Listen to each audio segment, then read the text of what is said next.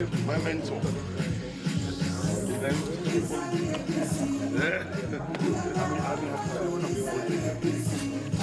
one of the posters after the acknowledgement.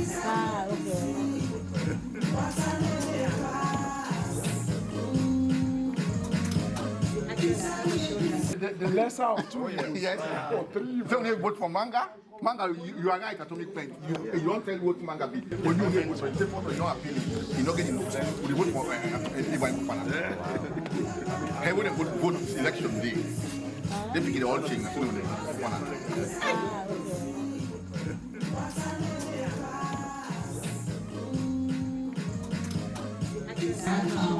Everyone here this morning, and I hope that everybody had breakfast. I hope that you slept well, and I would like to welcome our comrades, because we all here are comrades, and we all here for a purpose. So I hope that the purpose that we're here for, we all can engage and see how we can move this wonderful, wonderful project. It's difficult at this time, but it is what it is. It's for the elections. God knows why. Best reasons known to them. We wish them well. Not in that way. I'll never wish my enemy well. So, I would like to call, I have my MC here, I'm just the co-MC this morning. Mr. Bambino. Sheku. Oh, actually, Sheku Bambino. We are both Bangura. No, that's all right. Okay, Mr. Sheku Bambino. So, Mr. Sheku Bambino right here to my right is the MC. I'm just the co-MC.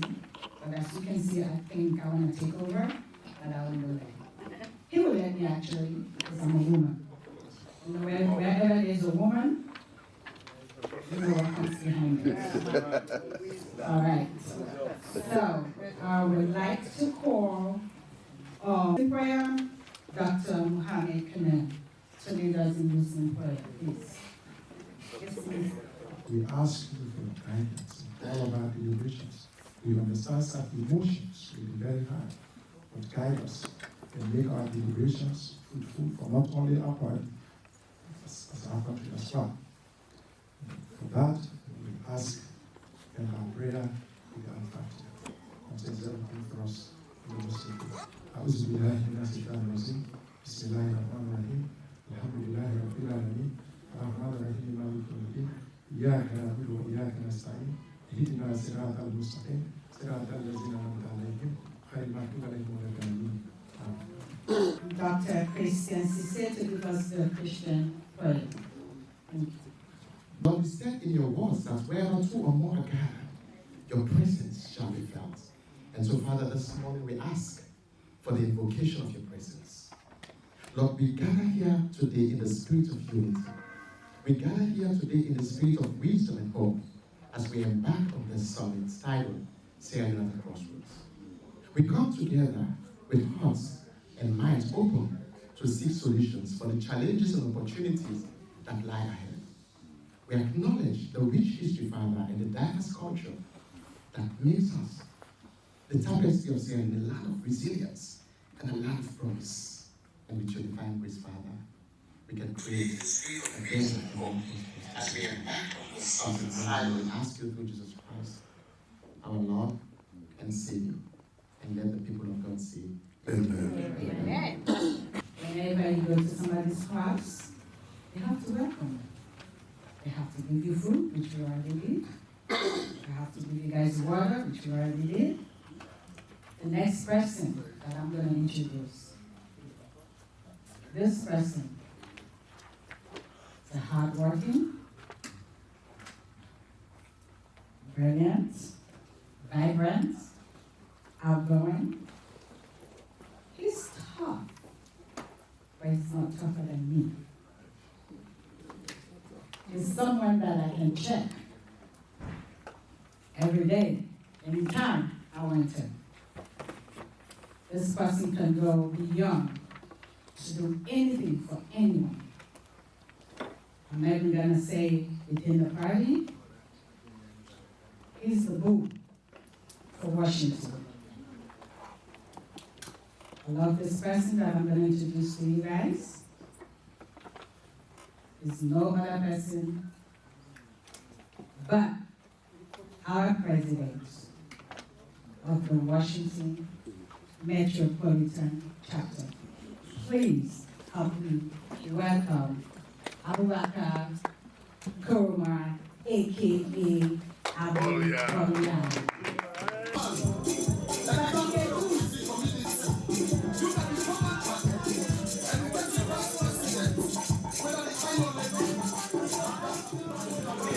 Thank you.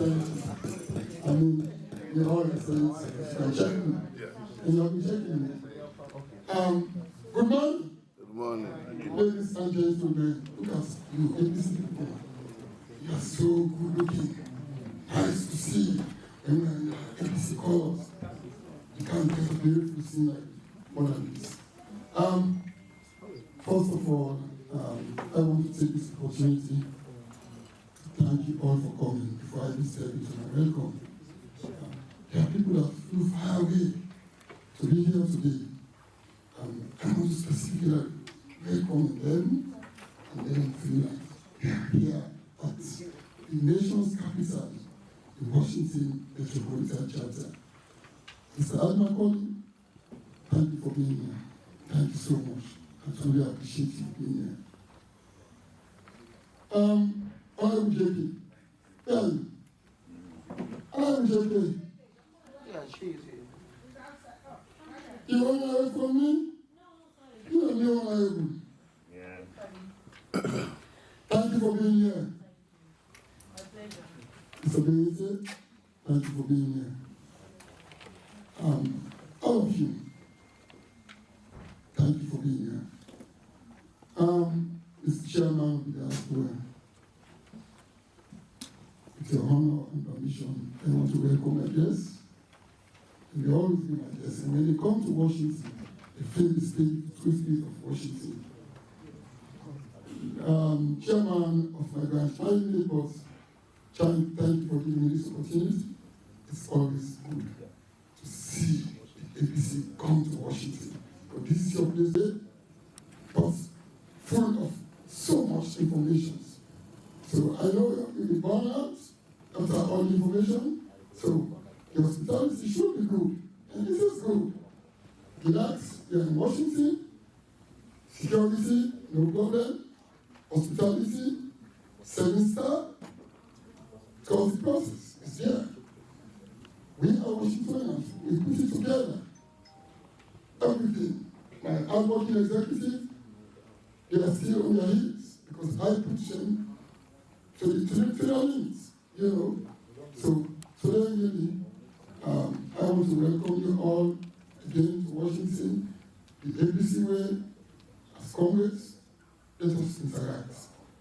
Let us get smooth running. At the end of the day, you are going to own some goodies. Yes. Food is no problem. We can do it. Drinks, exorbitant. Then at the end of the day, you have to go around Washington. We are 20 miles, 20 minutes away from the White House. 15 minutes from the Pentagon. Just stroll around and see the beauty of Washington area. So once again, I want to welcome you all and God bless you all. Thank you, my able president. For now, I think my own position is done. And then I'd like to introduce you guys, as I said, my MC, Mr. Babino, Sheku Babino Bandora. Are you ready to take the mic? Always. All right. So, Thank you so much. Brilliant job. Thank you. Let's give her a round of applause, ladies and gentlemen. Coming back. Good morning. Here, I've been thinking. I thought of John F. Kennedy this morning. question. This time around, ask not what APC can do for you. Ask what you can do for APC. I think Leone is at the crossroads. We want to start a conversation here today, like my program moderator just said. Let's keep an open mind. We're all hurting. We're studying the world. This conversation starts right now. This is the time. This is the moment. We must seize it. So every speaker that's going to address us today, I'm sure this is what they have in mind. What's the way forward? Where did we go wrong? How can we fix it? Collectively, we can make Sierra Leone a better place, and we can make APC, the mighty APC, a wonderful party that is supposed to always be. So please, when you're here to make a difference. You're here to contribute. You're not just going to sit. We want your ideas, we want your contributions, and we want you to be part of this process. Without any further ado, I'm going to introduce someone I have so much respect for. Someone who is a mentor, but is also a colleague. Someone who really shares the vision of the APC party. Ladies and gentlemen, please join me to welcome Chairman Alfred Kelly Cisse, the regional chairman. A, P, C. Let's get this room very lively. APC will always live on in a positive way. All is not lost. Ladies and gentlemen, good morning to you all. I'm here to execute a very, very easy task, but also a difficult one at this point in time on behalf of the APC as the beloved party. Before I start to execute my task, I want to pay homage to our elders of the APC. I will start with our former chairman and president of Sierra Leone for 2 terms, 2 positive terms, Dr. Ernest Bai Koroma.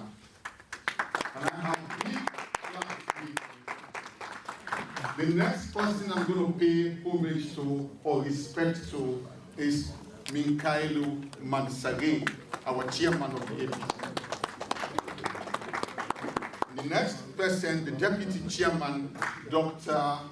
Usman Fode Yansanen. And Dr. Samura Matthew Wilson Kamara, our flag bearer, and our de facto president. Next to him is Honorable Chengo Majuba, aka Terikoko. Dignitaries, I'm here to show to everyone that we should come together in a very positive, in a very strong way. Let me say this to everybody here. There is a saying that goes by, when I was young, I used to see police officers chasing criminals. Now that I am old, criminals are chasing police officers. That is what we have in Sierra Leone. Therefore, at this summit, the team here, Sierra Leone at crossroads, is right on the money. It's indeed, we are at a crossroad. Why are we here? We are here, we are questing for democracy, stability, and national cohesion. The cohesion we are looking for, I am not going to say national, we need to start from the APC, point blank, before we do national. We need a cohesive force to win whatever battle we are going to fight. This regime that we are facing is very, very bloody. They are desperate, they are strong, they are very vindictive, they are very manipulative. If we are not united as the party or Cohesion as an APC party, trust me, we are going to be in trouble. Mother Bill is characters. It's only through losing that you can come together and have peace. When Colombia qualified for the first World Cup, the FARC rebels fighting the government and the government military personnel, they embraced themselves and say we have qualified for the World Cup.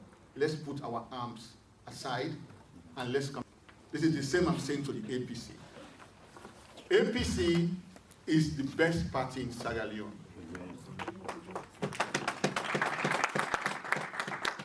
It is very diverse, very humane, very progressive, and very stable in terms of personnel. So therefore, ladies and gentlemen, don't shy away because of what happened this week. Anything in life, you can have downs. The question here is, what do you do with the downs? Can you make them better? So now I come to my subject here. My subject here is to officially declare this summit open.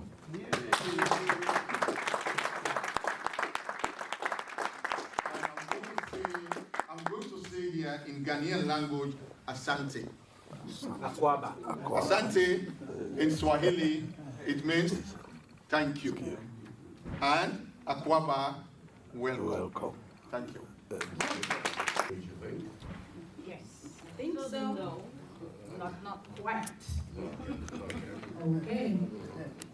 So without any further ado, we're going to introduce someone I have known over 30 years. Ma talk about you. This help me kidnap you.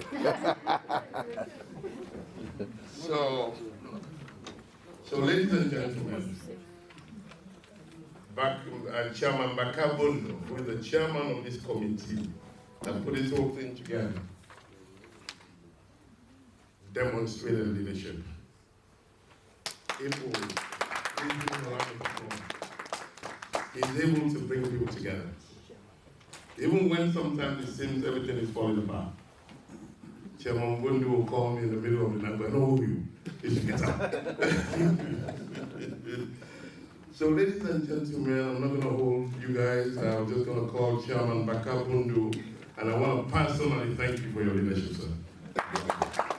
Good morning, comrades.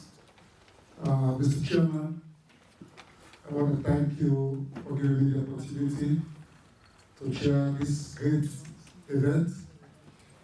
As a man who is very, very, very conscious about time, and I know time is not in our favor at this time, I have a little speech here, but I'm not going to read or say anything. I'm not even going to touch it. But we have booklets. What I'm about to say is in the booklet. So I'll go straight to the task that I have here. And I have to apologize in advance. Please, there is no time to call each and every member of the committee individually. So on that note, I just want to pay respect and recognize each and every member of the summit committee who have contributed in their own little way to make this event a success. Big round of applause, please. This is how we roll, Prince William. So, ladies and gentlemen, I want to thank you all for coming. We have a lot to discuss today and tomorrow. So on that note, I will just pass the mic over to the MC, and I hope you guys will do us service, just cut the time. Thank you. Thank you, sir. I call somebody that is very, very important in our midst. I'm not going to introduce you to the person, because I believe everybody here knows who that person is and knows what he stands for. Without further ado, I will introduce to you our able chairman, Mr. Dr. Sylvian Carroll. Everyone knows that the results declaring Julius Bio as president were not the true results. They were fraudulent and bear no resemblance to the true results. And to observers, local and international, it was clear, even at a casual glance, that the results are anything from statistically inconsistent to mathematically impossible. But why are we so shocked? I mean, the signs were there and had been for 5 years. You know, the senseless killings of APC supporters everywhere, you know, constant and baseless arrests and detention, hastily crafted electoral changes, the cooked up midterm census, the return to the wartime PR system, you know, the unduly burdensome registration process and the refusal to publish registration data, and on and on and on. Now, in fairness, the APC took the threat seriously, but not in a sense of mustering anything like the kind of effort that would be gathered to confront an enemy of the first, second, or even third rank. So why?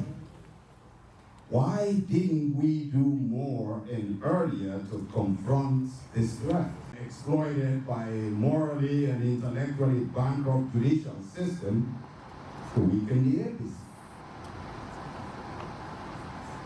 And through it all, somehow, every time Baoba loads the gun and points at APC, they always find someone within the APC to pull the trigger for them.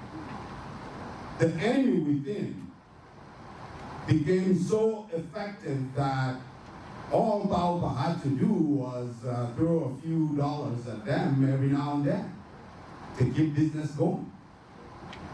And it still happened. So this outcome shouldn't be all that unexpected. Understandably, many of you are angry and frustrated. I know I am.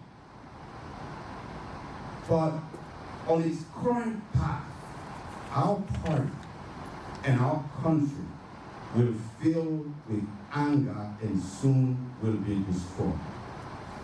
So here, away from all the madness, we must build a new way, a new philosophy.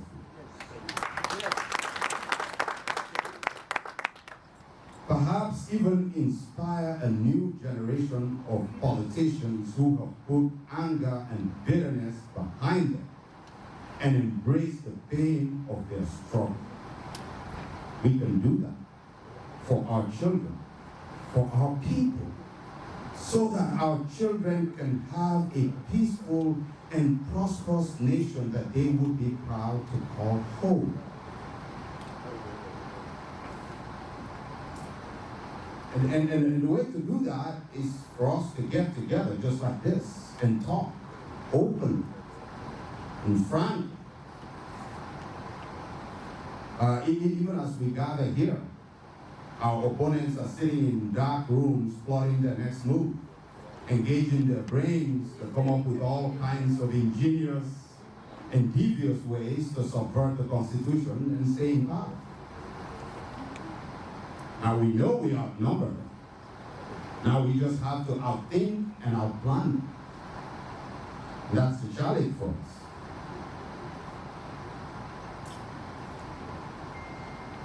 I hope, though, that we can have this conversation in a civil and friendly way. You know, disagree without arguing or argue without accusing or defaming.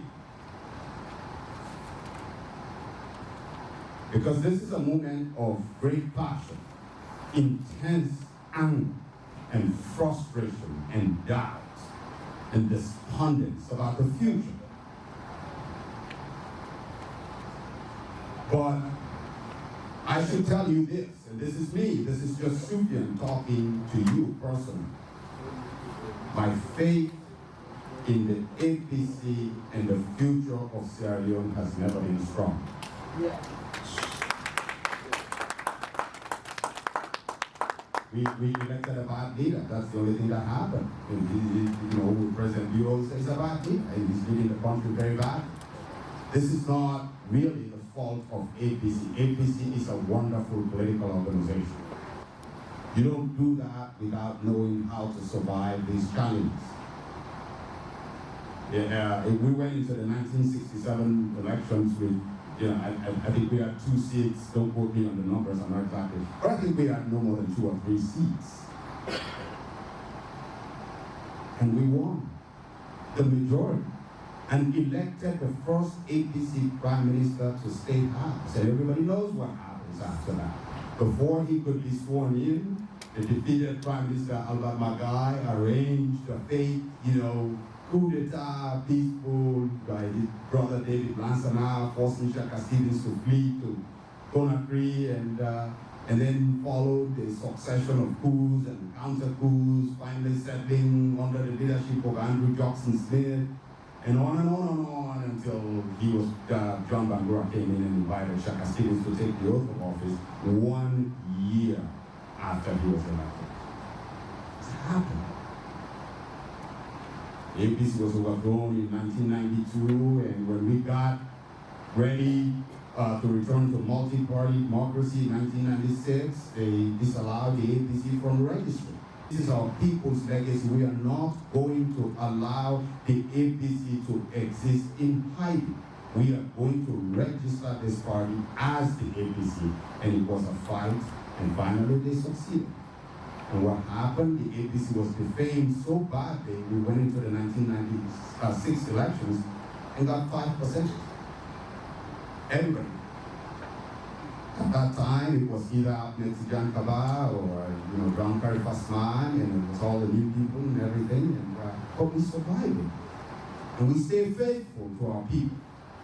And we continued to fight. Everybody knows what happened. From 5% in 1996 to State House and a parliamentary majority in 2007, and on, and here we are. Think about how difficult the last 5 years were for the APC. I mean, they threw everything at us. And yet, the intelligent people of Sierra Leone were able to see through all the treachery and went to the polls and voted for APC. And because the APC is the only truly patriotic organization in Sierra Leone. I am so proud to be your leader. And I have a message for you. Our people desperately want us to unite and fight for them. So please turn to your neighbor and forgive, or we are all going to perish. You can push your personal ambition all you want, but nobody is going anywhere except with the whole group. So let us stay together. And with that, let the conversation begin. Thank you. Thank you. Sufyan Kaloko, thank you for your leadership, sir. Without any further ado, it's now time to get the conversation going. It gives me great pleasure to invite Dr. Mohammed Kanu to give his opening statement because he's the chief facilitator and rapporteur. Just for them. We are here today to have a conversation. I don't expect it to be a very easy conversation because there are topics that we align, and we brought to you some of the best minds ABC can produce. And permit me a second, please, as I can see even just the front row here. People that have worked so hard for this country. And the fact that all of you are here is a testament that you are unrepentant supporters of the BBC. Let me give you a very short story. This is why you ought to be proud of yourself. You know, there was a very big fire in a city, and every animal, an animal killer, and every animal was coming, trying to use his own effort to put out the fire. And then the nightingale, you know how small the nightingale is, and only brought a very small quantity of water in his beak. And then came the vultures and the eagles and the other birds. And then they started teasing the small bird. Is that all? Is that all you can do? While we are bringing a whole lot more of water to put out this fire, that's the only thing we can do. And the nightingale turned around and said, that's the best that I can offer. Okay? I want you guys to know that we are not here to celebrate each and every one, to praise you, but all of you. The fact that you are here in a time like this, paying your money, left the work that you're doing, your gainful employment, something you've done over and over and over and again. It shows how unapologetic you are to the ABC. We thank you for that. I'm here to tell you how we are going to organize this process. We are here to have a conversation. And you know why? Because we have learned that wisdom does not always sit at the top. If that was true, we would have called just a few people and said, give us your thoughts about the way forward. But we in the ABC believe degrees are important. Your experience with the ABC, all of that is important. But sometimes you can have a 15-year-old who has a perspective too. That's why we're here. We expect that the conversation at some point might get a little combustible. We get that. Why not? A time like this. But we want to make sure that we do this in an orderly fashion. So what we have done is actually to put together 7 topics, and I hope we can get through them. We will be projecting those topics out there. Okay? We project those topics so that at any given point in time, you will know what we're talking about. What we are doing essentially are going to be focus group discussions. I cannot find a better way of explaining to you what we are here to do. A focus group discussion is when you bring a few people together, not too many of them so you don't lose control of the process. Throw at them a topic and say, let's talk about it. There may not necessarily be correct answers in some people's perspective. But we want you to talk about this. Of course, the conversation is led by one person, a discussion, who frames it all. So, in order that we can capture all of those ideas, we put together a list of about 10 people, the deputy rapporteurs, who include Mr. Abbas Kamara. If you're here, please just raise your hands. Thank you, sir. Mr. Hamid Kalabo, right here. Mr. Mohammed Koyat Abba, where are you, Mr. Koyat? Thank you. Yeah. Mr. Mohammed Dumbuya. Thank you, sir. Mr. Mohammed Kamara, again. Yes. Yes, right here. Thank you. Mr. Bernard Brown. Mr. Cecil Cole. Mr. Abdullah Sise. And Mr. Adikali Singh. These are people who you will see around the hall with notepads and pens to capture the brilliant ideas that we are going to generate. Around you. And I'm talking directly to the panelists. You get to meet them very soon. We do not want the panelists to monopolize the discussion. I am pleading with you that let us realize also that we have something in the audience. At most, we have about 4 people on the panel, and That panel, of course, the discussion, as I said earlier, will be led by one person. Okay? The only thing I'm asking, I don't want to tell you what to do, that maybe in your introduction remark, at least I think I'm leading the discussion on one of it. I will give just a way of starting. Every panelist, in 1 minute or so, tell us who you are, give us your perspective. Sometimes when you understand people's background, you know where they're coming from. So after that, we warm up and then we get to the conversation. That's what I'm asking. The second thing that I'm asking is to make sure that even among the panelists, we don't allow one person to monopolize the conversation. If we did that, then what's the point of bringing other people? And I can see right in front of me, I can see Mr. Abdullah, who flew all the way from Canada.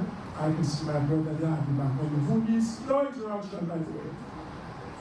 And several others. Professor Michael Sise is there. Our chairman, the regional chairman, has already spoken, Mr. Khan, and all the rest of you, Mr. Becky, and so on and so forth.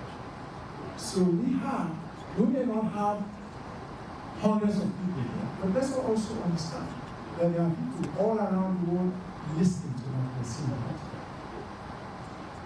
So that is how we are going to do this. The final thing that I would ask the panelists is that as we generate the topics, it means we are not coming and starting to talk about the recently concluded, for example, so-called dialogue. I call it a silent ceremony. We have compartmentalized discussion into 6 topics. So please help us to stay within a particular topic, because we have tried to put the experts of that particular topic so that they can lead the conversation. But if we want to talk about every topic that is affecting Sierra Leone today, you can only imagine what we will get out of that. And for those people who are not here, and for the sake of posterity, we want to make sure that we come up with a document that we will share with others before. And finally, please, when somebody is talking, let us don't have side conversations, because there are people who are trying to capture the essence of what they're saying. If everybody is talking at the same time, you will know that we can't capture everything. We are here for a purpose, and please let us do that. Without much ado at this point, this is where, like Americans say, where the rubber meets the road, right? We are going to start. I'm going to bring to the podium the members of the first panel, and I will tell you who the lead discussant is, and then we'll get us rolling. So for our very first topic, I hope that my team members are all lined up. Are you fired up and ready to go? Yes. Yes, thank you, I trust that. The first topic, as we have it listed, is Sierra Leone's electoral process, the laws, process, and implementation. What needs to change? That is it. You know, a lawless society is an unprogressive society. The Honorable Rosalie J.K. Smith, if you hear her.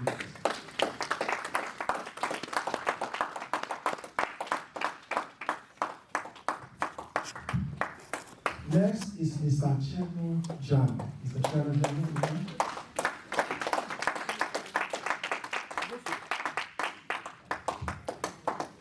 Next to that person is Ms. Rami San. Rami San. And finally, Mr. Daniel Grover. Mr. Daniel Grover. These are people who are going to talk to us. Ask if I would be honored to be part of this very important summit. And by extension, Sierra Leone, the diaspora played a very crucial role in enhancing our economic development in Sierra Leone. We want to thank you for all the support given to the party, particularly over the years and this 2023 elections, which was very much challenging as far as resources were concerned. But your contribution and resources were very timely. I just want to put that in before. I'll come in from time to time as the discussions progresses. But in the meantime, I'm going to have my panelists here start the ball rolling. I'll start with Mr. Chairman Ojalo on the left, so that you give your own inputs. How do we see our electoral processes going forward? What needs to change? How do we enhance the process implementation vis-a-vis what needs to be done? How can we do it to ensure that this ugly episode never repeats itself again in Sierra Leone?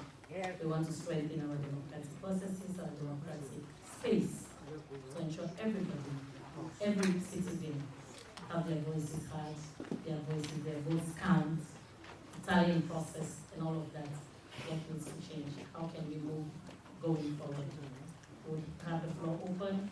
You can give your own inputs. And as diaspora, how can you contribute to the development of Sierra Leone going forward? How can you contribute to the development of Sierra Leone, and how can your voices be heard in the lawmaking process? What needs to change? We want to ensure that this time the diaspora is not left out. The diaspora are only regarded when resources are needed most time. But this is a springboard to a change in the narrative. We want to ensure that going forward, the diaspora's input is captured in all the lawmaking processes and all decision-making processes of the party. This is a step in the right direction. I want to commend the organizers of this event, and I look forward to being part of the journey. And thank you very much. Over to you, Mr. Jalo. Okay. Hello, everybody. My name is Chano Jalo.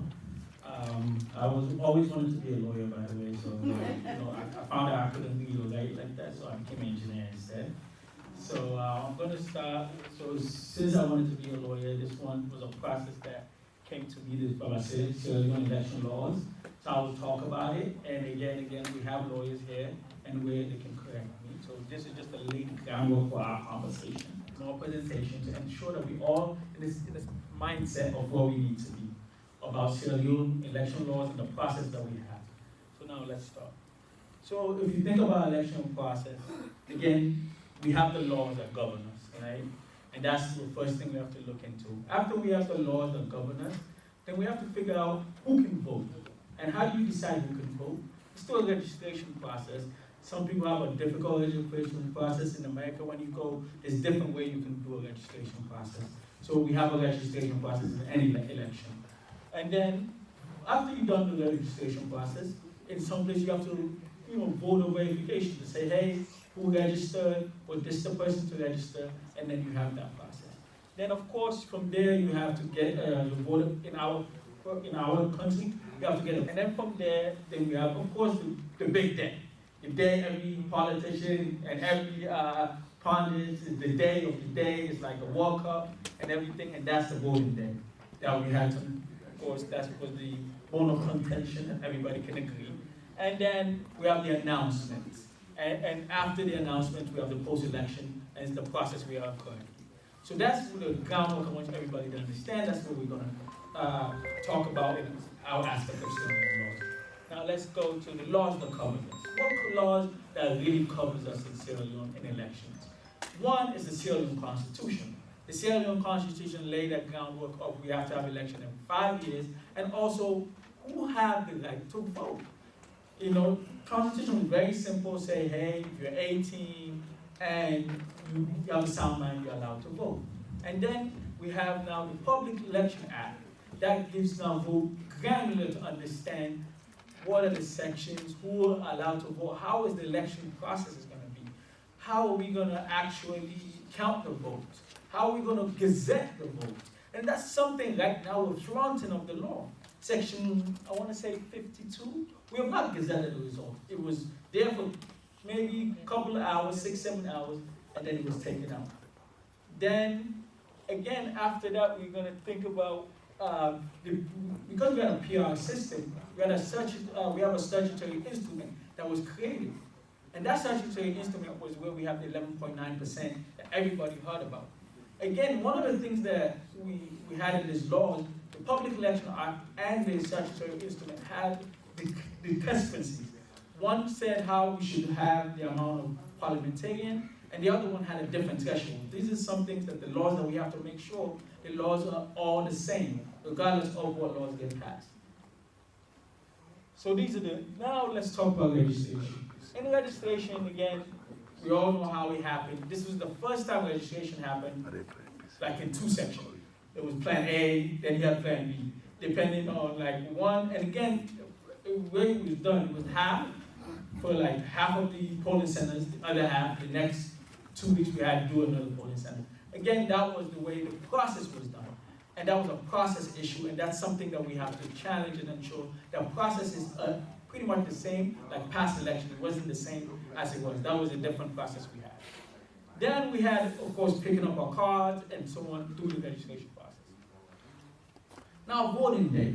The thing happens on voting day for us, we know it was 7 a.m. to 5 p.m. But in some places, voting started later, and especially in Freetown, which I was at, I noticed that voting started a little late, and some places voting started on time. And we never understood why, and nobody get called accountable for these kind of issues. Because again, these are rights that you're going against. I take my time, I stand in line, and when people stand in line, violence happens. The process that we have to think about, and questions that we gotta answer. And then again, and finally, just remember the result, the election results. How was the tabulation process was made? In the laws, they said we have to verify it at the polling center. And at every polling center, I think we did a decent job. It was now at the tabulation period, that was the problem. What IFL form that you used to say, okay, this was correct and not correct, that's where the issue was. And then now the announcement of the results. It took 2 days, from 24th to the 27th, is when he has the first 60%, and then the final on the 28th, right? And these were the issues that we had in the elections, and now I'll give it to my co-panelists to answer the question. But this is just to lay the groundwork for everybody. Thank you very much, Mr. Jallo. On the presentation, Mr. Jallo, I'll start with you. The electoral laws, there are so many challenges. We've seen the challenges. And a lot happened in this 2023 election. To start with, the review of the Elections Act. Do you think the review of the Elections Act was timely at this special time? Based on your estimation, do you think it was timely for the review of the Elections Act? Yeah, I think the review of the Election Act happened late in the game.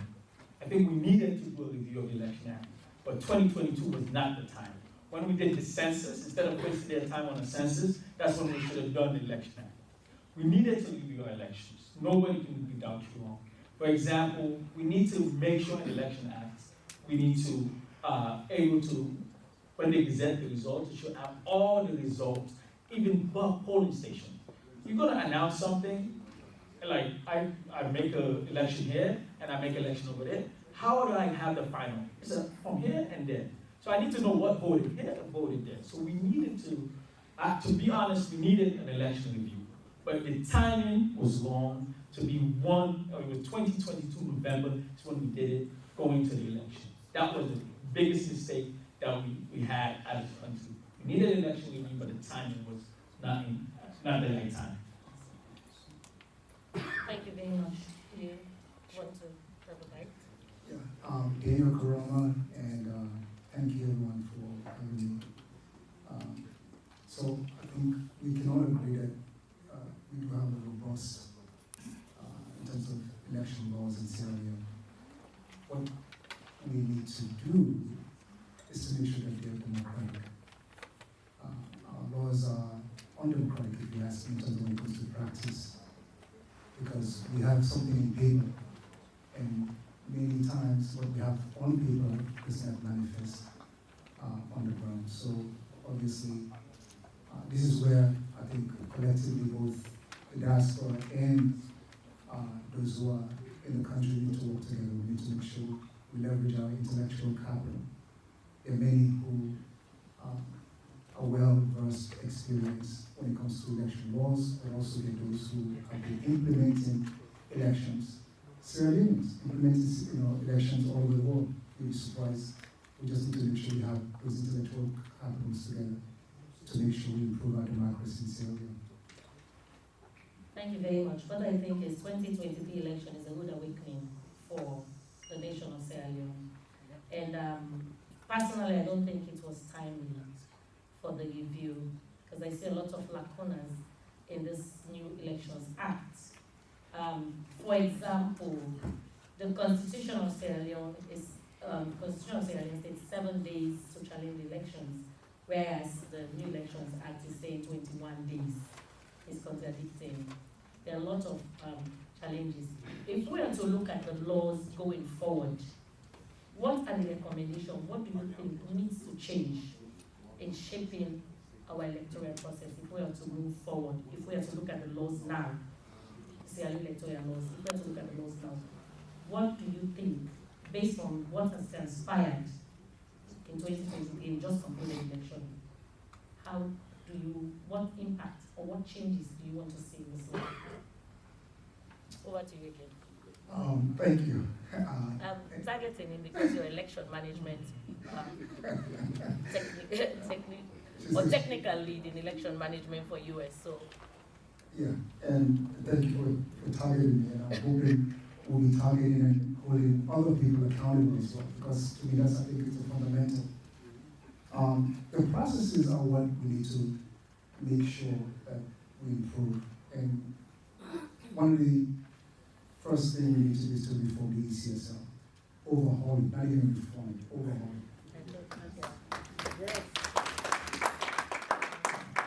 We start by the whole selection process. And I know, to be honest, actually, what I prepared, I had to put aside, and I actually put this together overnight based on some of the recent updates in Sierra Leone. The board selection process needs to be overhauled, like how ECSL board members are selected. I think it's undemocratic. We need to make sure we make that more democratic. Also, when it comes to, I think, Chairman touched on that, the voter registration system, that process needs to be looked at. And as I say, in our robust election law, there are times when the timelines do not really, they're not realistic. How do we make sure that those timelines are realistic? I'm going to give just specific questions. I'm the vice president currently of a local board of elections. We have 2024 elections that are coming. That's next year. We've already, last week in our board meeting, approved all the voter sites, all the polling stations, in other words, but also the drop boxes. There are people who are going to be voting by mail, and they can just drive in and drop their ballots in those boxes. We've approved that way in advance. The primary election, it's going to be around May.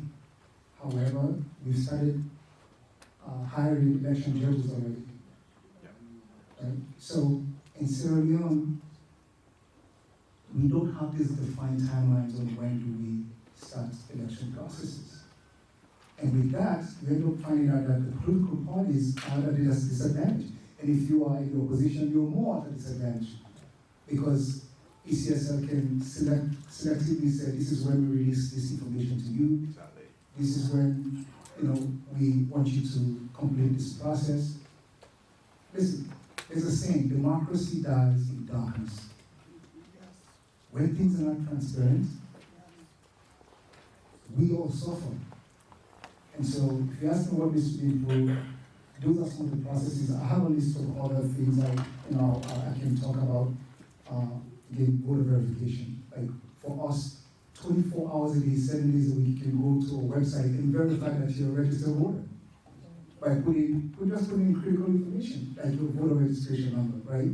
And you are able to pull in, if you change your address, you're able to, these are all like critical processes that we need to, it's there in our laws in Sierra Leone, but they're not practiced. So what good is it for you to have something in the law books, but you're not implementing that. So that's why, even as a party, the APC party, we need to make sure going forward we have competent intellectuals who can be at these tables and make sure, as these reforms are taking place, that we're able to say, we can see the flaws, right? And we make sure we call those flaws out and then make recommendations, but make it consultatively with, I believe, members of the diaspora and members who are there locally as well. We have to be more forceful, because elections are not things that, sometimes people say, if you're too kind in elections, then you shouldn't be running for elections. Yes. Right? You have to make sure that, because this is one policy that changes many, one process that changes many policies. And I'll lastly say, one of the fastest ways to change a nation is through these democratic processes. And APC has demonstrated that we're a democratic party, right? Because we believe in the tenets of democracy. We advocate, we agitate. But at the end of the day, we know that we do that because of the people. Like, how do we make sure? Because through these policies, we're able to change the lives of our people. But we cannot just be sitting on the sidelines and allow, any type of non-government to take place, because we're not, or we don't have competent people at the table. Thank you. Thank you very much.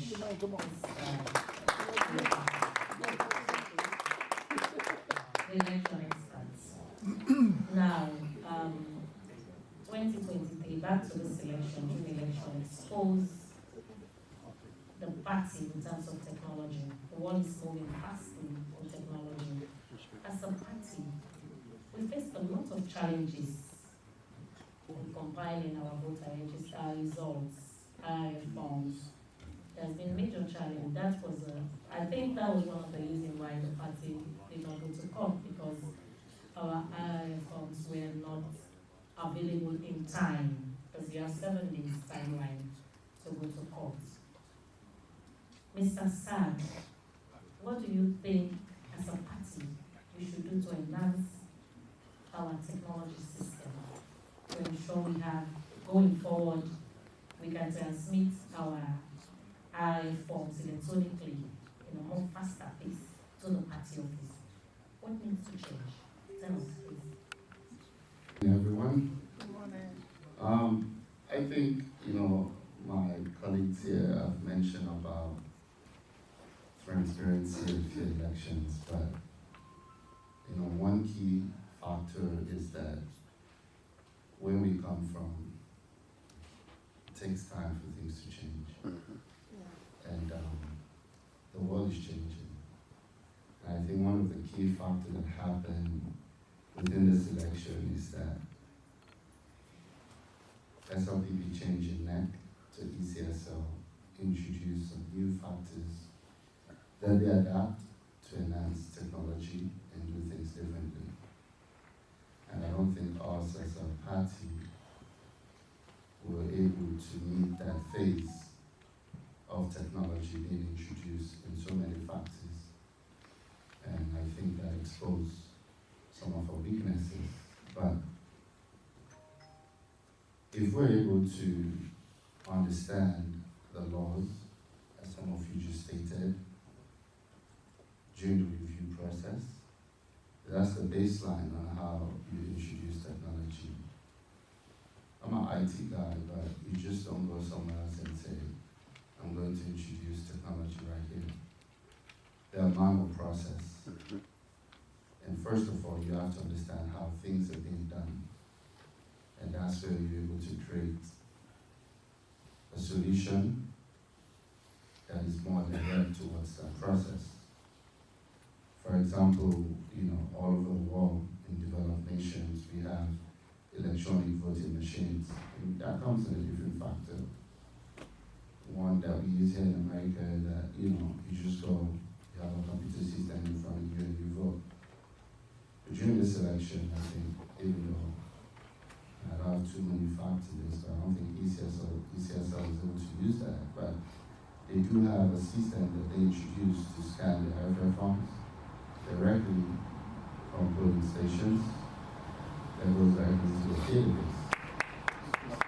So that alone, you know, is an electronic voting machine right there, because it's taking the voting result and transfer that directly to the database. If you look back at NAC, what was done was that when voting is done, it gives the land in different sectors, right? Start from the constituencies to the district to the region. And that factor alone jumps out all of those variables where we can verify things. So for us as a party, what are we going to do to make sure that we match up with ECSL? Here in America, you don't see Republicans or Democrats having a technological system to tally what already the election management committee is going to provide. That is because of transparency. But we don't have that at home. So as a party, we have to step up and understand how technology can protect our votes. If you really were in Sierra Leone, a lot of the votes were protected by the citizen and not by the political parties. So I think we have to do better. We have to first of all understand the new rules and processes of ECSL, take that to the drawing board, and create a system that can help us protect the vote faster in getting the RFI forms directly from the polling stations to our headquarters. We have different districts in Sierra Leone. We can marginalize that and make sure that, you know, if you conquer the north, the south, we don't have to travel with this ECSL forms physically. ECSL will already be ahead of us by then, right? So I think that's one factor we have to do once the committee is able to review this, understand that. The next phase will be putting a very good IT team together with people that can create a system that is more tailored towards this. Data analytics is also something we have to think about. You know, we normally think about just campaigning in areas that we think we have strong roles. So we have to understand all this data and know where is our weakening point. Are we increasing votes here? Are we losing votes here? That's all part of the technological system that can enhance us to do better, to show, okay, this is a region we have to focus on. This is a constituency we have to focus on. We've been losing votes here, but we don't have too many votes here. Because winning an election is for Australia, every no political party has basis. So that's another factor that we have to look into. But I think for that to be successful, you really have to understand the new rules and process of ECSL, put together like-minded that can deliver a technological system that can help us do better next election. Thank you very much. I think winning an election should not be targeting at polling day on the day for elections. The SNPP started the rigging process by appointing, from the day they appoint the new commissioner. Section 32(3) of the 1991 Constitution says the President, in consultation with other political party leaders, should appoint NEC official or ECSL boss. In the case of Mohamed Kone, there was no consultation. So the rigging started right there. And as a party, we failed miserably. We failed to challenge these issues, even though our MPs challenged the approval in Parliament, they challenged it. But as a party, we were not robust enough to challenge the appointment of the NEC boss. That's where the meeting started.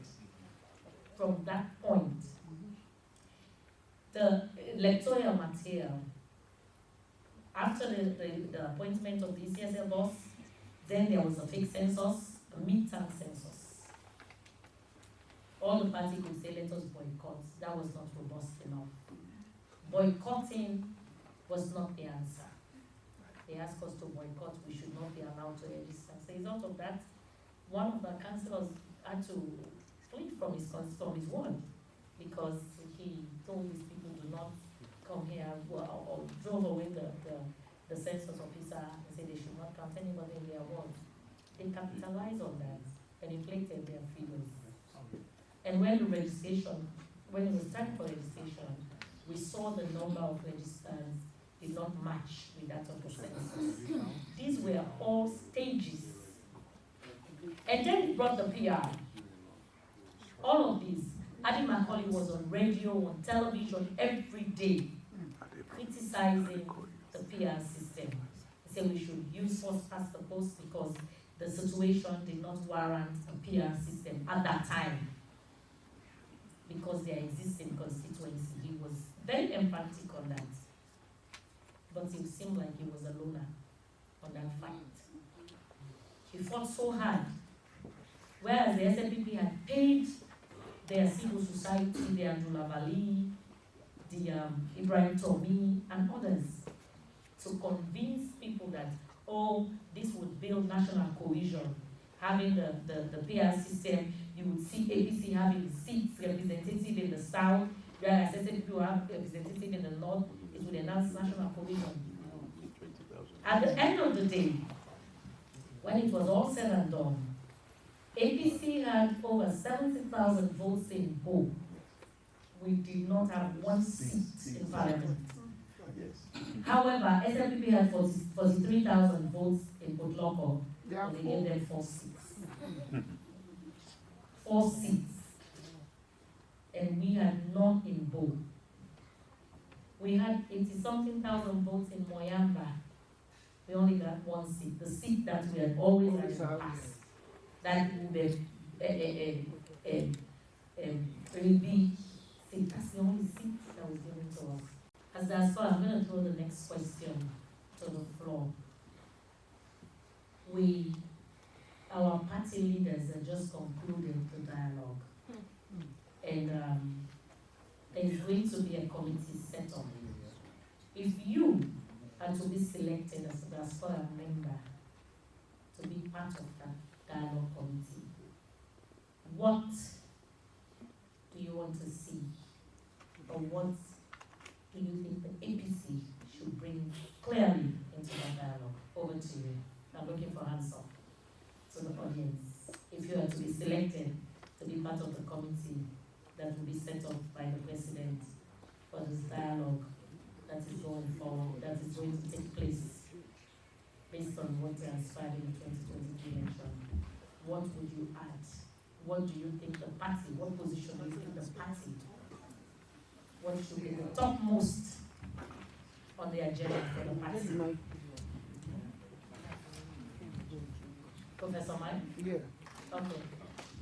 Then, Mr. Beckley next. 1 minute, please. Yeah, I just want to have as many.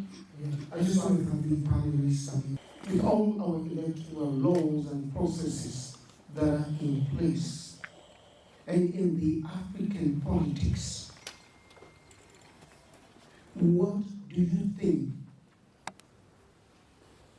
the presenters or those who are entrusted with the responsibility to be head of the Electoral Commission of Sierra Leone, what do you think will be the influence of the government, starting from the executive, the judiciary, and on to the legislative? Because it is the legislative that is being manipulated and influenced by the executive. And this was very, very clear. You can have Mr. X being the commissioner, but he has been, selected or appointed by the executive and imposed on the legislative. So you can have laws, we can have everything. I can be a member of that, but we will decide on something. But the influence of the executive is very, very high on the commission. Thank you very much. Because I noticed, Parliament could just wake up one morning and change the laws, as they deem fit. Can we make make sure that our electoral laws are sort of entrenched, that they cannot be touched by parliaments without having a national referendum. I believe what has happened in 2022-2023 is as a result of the ability of the legislature. So just changing the laws that we do, I think we need to make sure that is sort of tightened up a little bit and to ensure that there is national dialogue and consensus on whatever laws should guide the next electoral process. Thank you very much. Chairman Kelly. As a diaspora chairman, what would I want to see changed or change moving forward if I was on the dialogue committee? Consultation. Consult with the diaspora. The diaspora has immense resources in terms of input into political outcomes. This is the 6th region. Is the most academic region, is the most common sense region because we are exposed to Western world. We know what democracy is by watching TV. So the APC party in itself should not just go by region 1, region 2, region 5. Should consult with the 6th region so that we can have input into outcomes. Like what happened the past days, had it been consulted in terms of 6th region, would have had answers. I, as Kebisi said, I hold one area of that dialogue. If they had agreed at that dialogue that they're going to release the prisoners, if I was on that committee, I would have told Mother Bio and Chenge, release them before we can talk. If you have agreed, release them now, before we can proceed. Thank you. Thank you very much. Sabagura. Good morning and thank you for your excellent presentation. But to respond to your question, I think it's twofold. One, understanding that the judiciary is what needs to be fixed in Sierra Leone. We do have the laws, but truly there should be some introspection from even the APC perspective. And this is why. Laws are broken when we are in power, we fail to fix them because it benefited us. And today what we're getting is the government in power saying, well, guess what? You have these laws and you failed to fix them. So guess what we're doing? We're just standing on existing protocol. And that's what happens. To go to the temple of justice, you must go with clean hands. But if you go and you say, well, we had bad laws, including maybe the vice president saga, but people held their nose because it was okay. So I think if I were there, I'd say, yes, the justice system, if you have a bad judiciary or crooked judiciary, there's no way you can do. 2, laws. Let's take a look at our laws with introspection, and also let's have some time-bound scenarios. Say you talked about, say, the different things that they did, the census and everything. It should be time-bound in writing to say every so often it occurs. No one moves things as you go around. But because of the society we come from, people hold their noses and allow the music to keep playing. Thank you. Thank you very much. Very much. Okay, sorry, lady. Okay. Please state your name for me. Okay, my name is Pastor Bokari. People call me Pastor Bok. Okay, based on what you said, by choosing a wrong electoral commissioner, I was thinking about that and saying that this dialogue that I've just finished, if we will have, they should have a committee for election process. First of all, I am seeing that if there's a committee that should be between APC and SPP, we should not go there. We should not go there because these people, they are just inappropriate, they're crooks. What I'm seeing is what you said, the process of choosing the electoral commissioner. I am not seeing that we should choose one electoral commissioner that will say 100% of all what people are saying.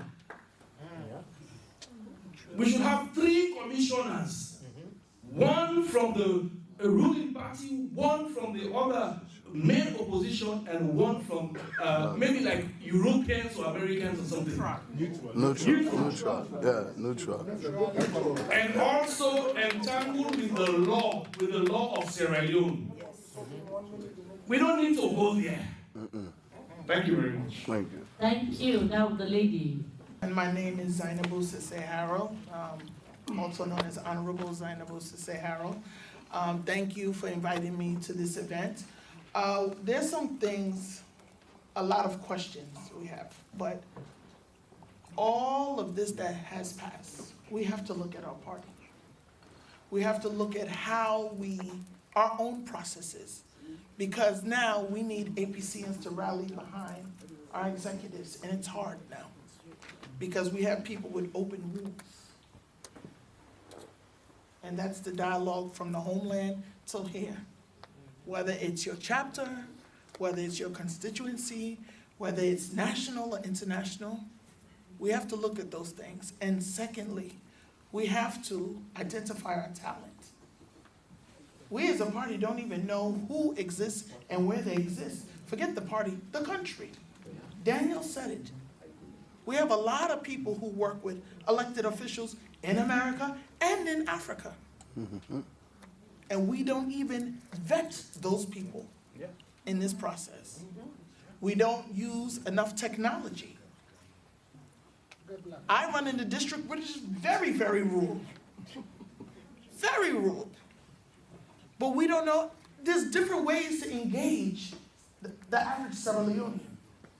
But we have to sit down and strategize how we're gonna do that. A lot of the things that we do as a party, we do it impromptu, not net. That's not possible. We know that, running campaigns for various politicians. It's not possible. There's various factors, and you have to understand that technology has changed the game for elections. And so this is a lesson for all of us as Sierra Leoneans and as a party. And let it be known, this is probably one of the most prestigious parties in Africa. Because we're Sierra Leone. Everybody wants to be in our country. Everybody wants something from our country. So now they see, how do we lead ourselves? How do we treat ourselves, and how do we handle ourselves during elections?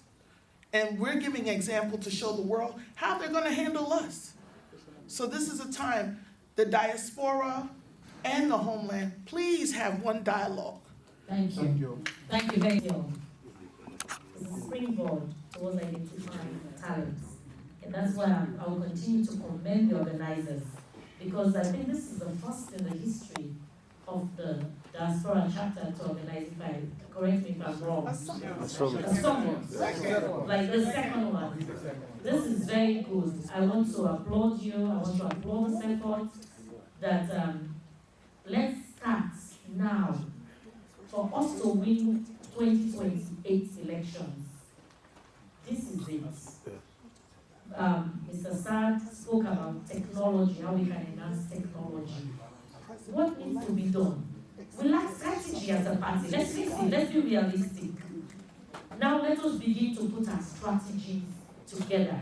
How we can build a formidable team, and how we can identify people to take up leadership.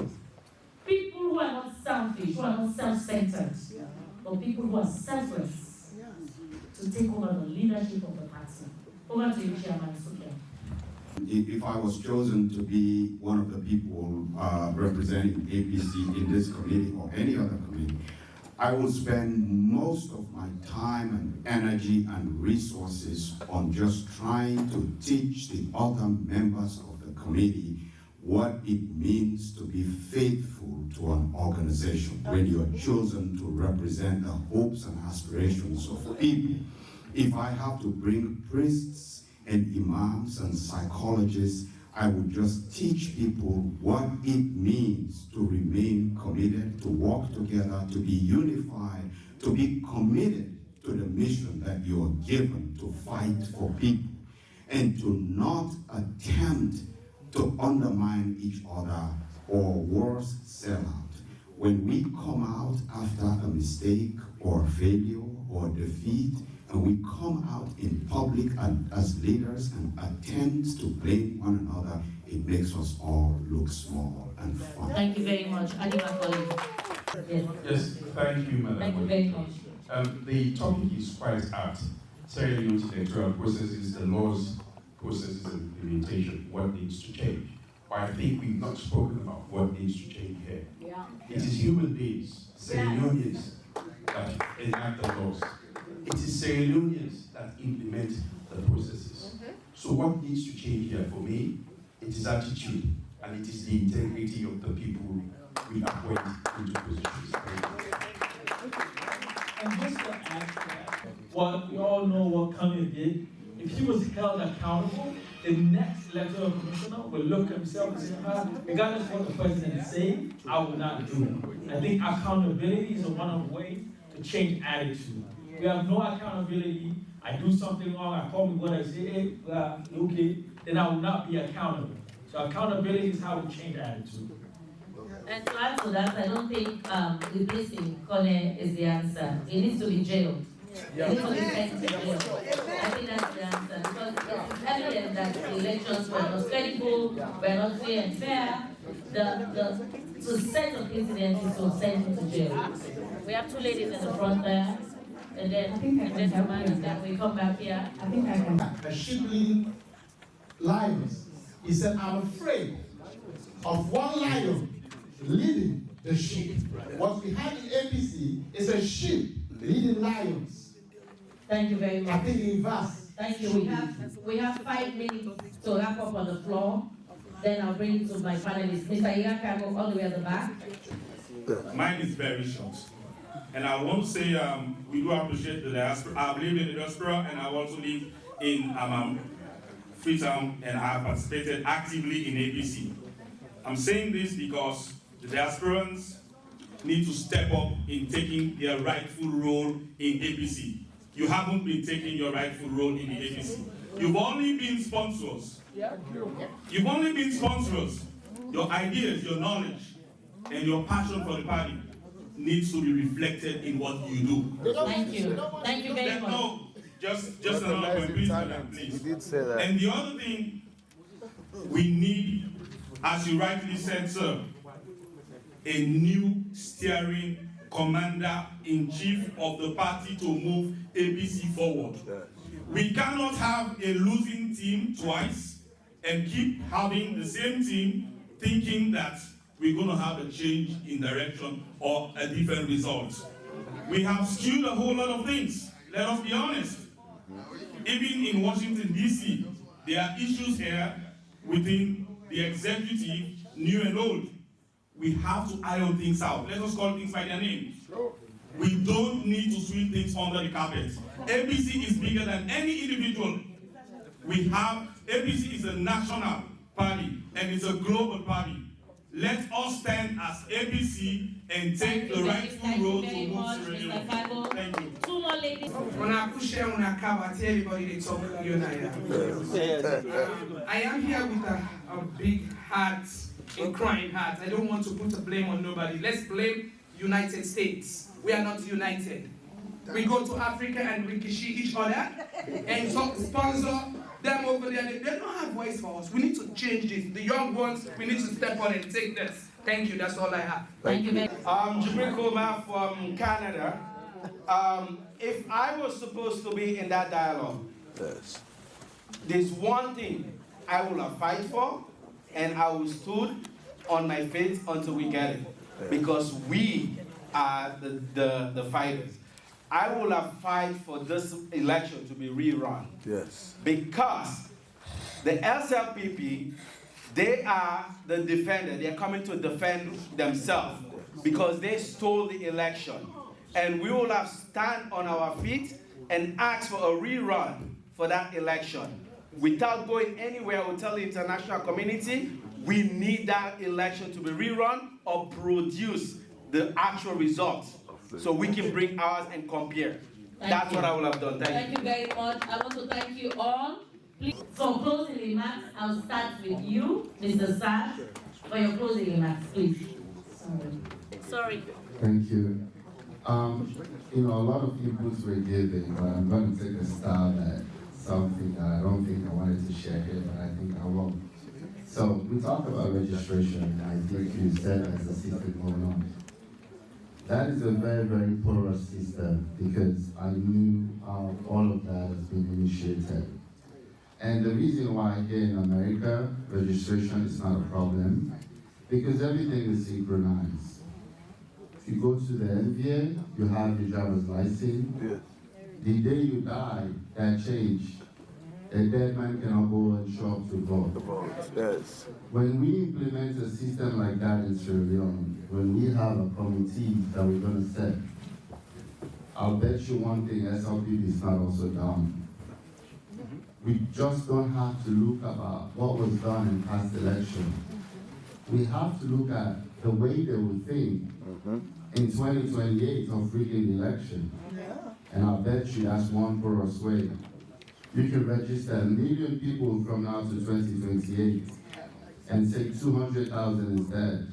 That's 200,000 votes for SLPP. Yes. So it's important to note that while technology can greatly enhance transparency and fairness in election, it should also be implemented with careful planning, thorough testing, and with consideration of specific contexts, like what I just mentioned, and needs of the country. Additionally, it is crucial to maintain a balance between technology solutions and traditional mechanisms, because we have people in the provinces that are not that savvy like people in the Western area. So you have to create a fine balance that ensures inclusivity and accessibility for all citizens. Thank you. Okay, go ahead. Please give me a big or maybe you're clapping for me before I speak. And I'll be brief. Even if we have people with integrity, right, in these positions, one thing I believe, and it's a best practice here as well, I believe one thing that should be recommended by any committee that is set up, and that's the change we're talking about now, is to institute an independent post-election audit, because no matter if the people there are flawed or they have credibility, no matter if they are of any political persuasion or political party, when you know that there's a post-election audit that will take place, and that's where we put the teeth behind election rigging. Listen, many people in Sierra Leone who participated or who ran this election were shaken when they saw the statement from the United States Department of State. Many of them were afraid that they were named, their names, in fact, maybe their names are on that list. Many of them, my thing is, listen, it's good for us to be passionate, it's good for us to, but if we don't have institutions, if we don't strengthen our institutions, then it's hard for us to hold each other accountable within the party or outside. When it comes to running elections in the entire country. So if there's one thing I would like to see is that there's a post-election audit, a committee board institution set up, and that board will audit every election in Sierra Leone going forward and will make recommendations to the international community for those who try to undermine our democracy.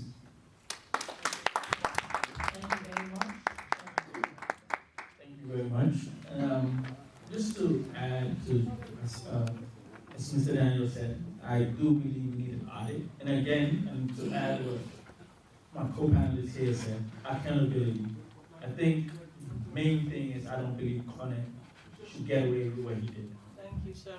The reason why I say this is because people took time. Like, they took time to go in line, they took time to vote, they took time to protect their votes. And you cannot just in one individual say this is that. the accountability needs to be held.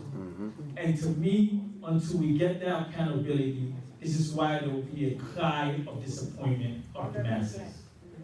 The accountability is what is needed of money. His head should roll. If his head does not roll, nothing will suffice. Nothing will suffice. And because when his head rolls, even if I pick one of my best people, if I'm running for president as commissioner, he will then think twice. But if his head doesn't roll, the same repeated process will repeat. And so that's one of the things I think we need to do. And then as election laws, we need to change them. One of the reasons why the example of Port Local had this amount of votes, simple. The PR system, they made that 11.9%. It does not make sense that you have the same 11.9% in Port Local and in Kenema. You have different seats, so your threshold should be different. Yes. In the PR election after we passed, they had an example, and that's the way it's supposed to be.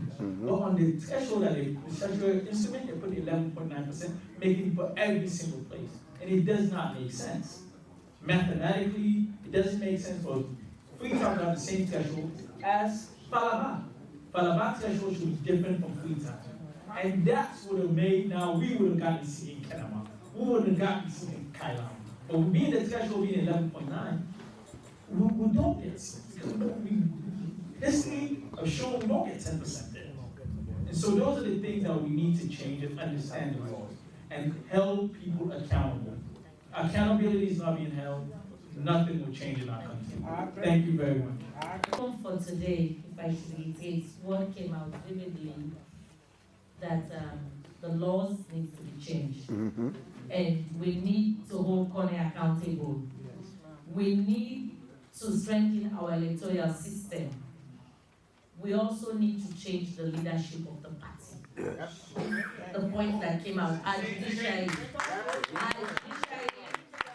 needs to be looked at for the laws to be implemented and the rule of law to prevail. Our judiciary must be an independent arm. And the executive appointing just a single person for to manage the elections, a suggestion came out here that we should have at least 3 commissioners, chairpersons to run electoral body to run the elections. And then the legislation process came out vividly that we need to have an enhanced and robust registration process from the party, our party, to ensure that we register our members at age 18. One thing that did not come out of this conversation is our legislative process. Yes. I've not had anybody talk about the legislature.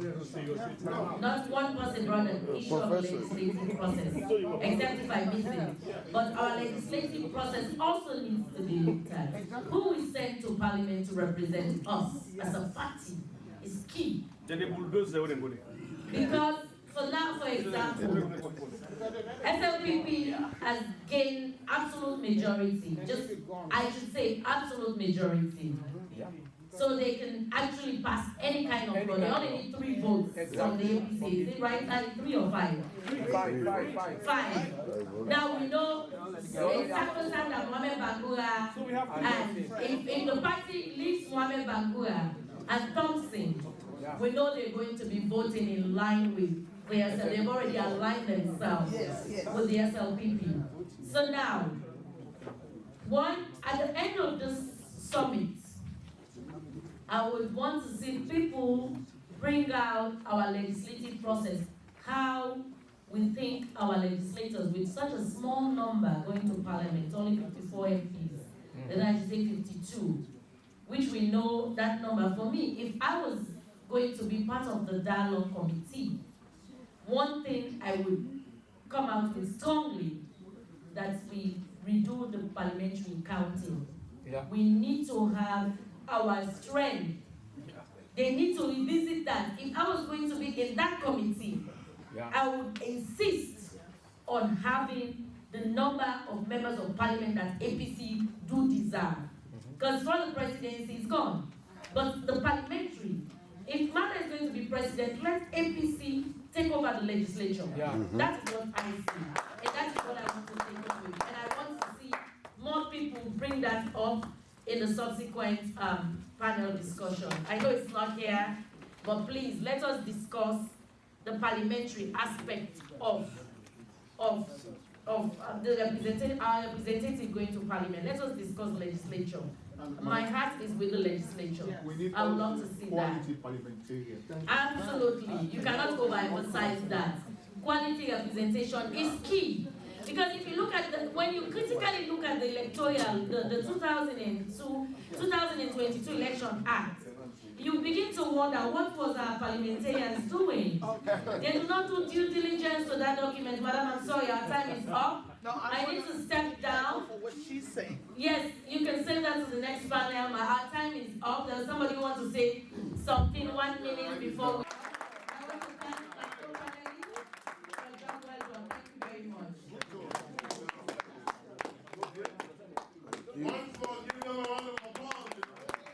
That should give you additional energy to it.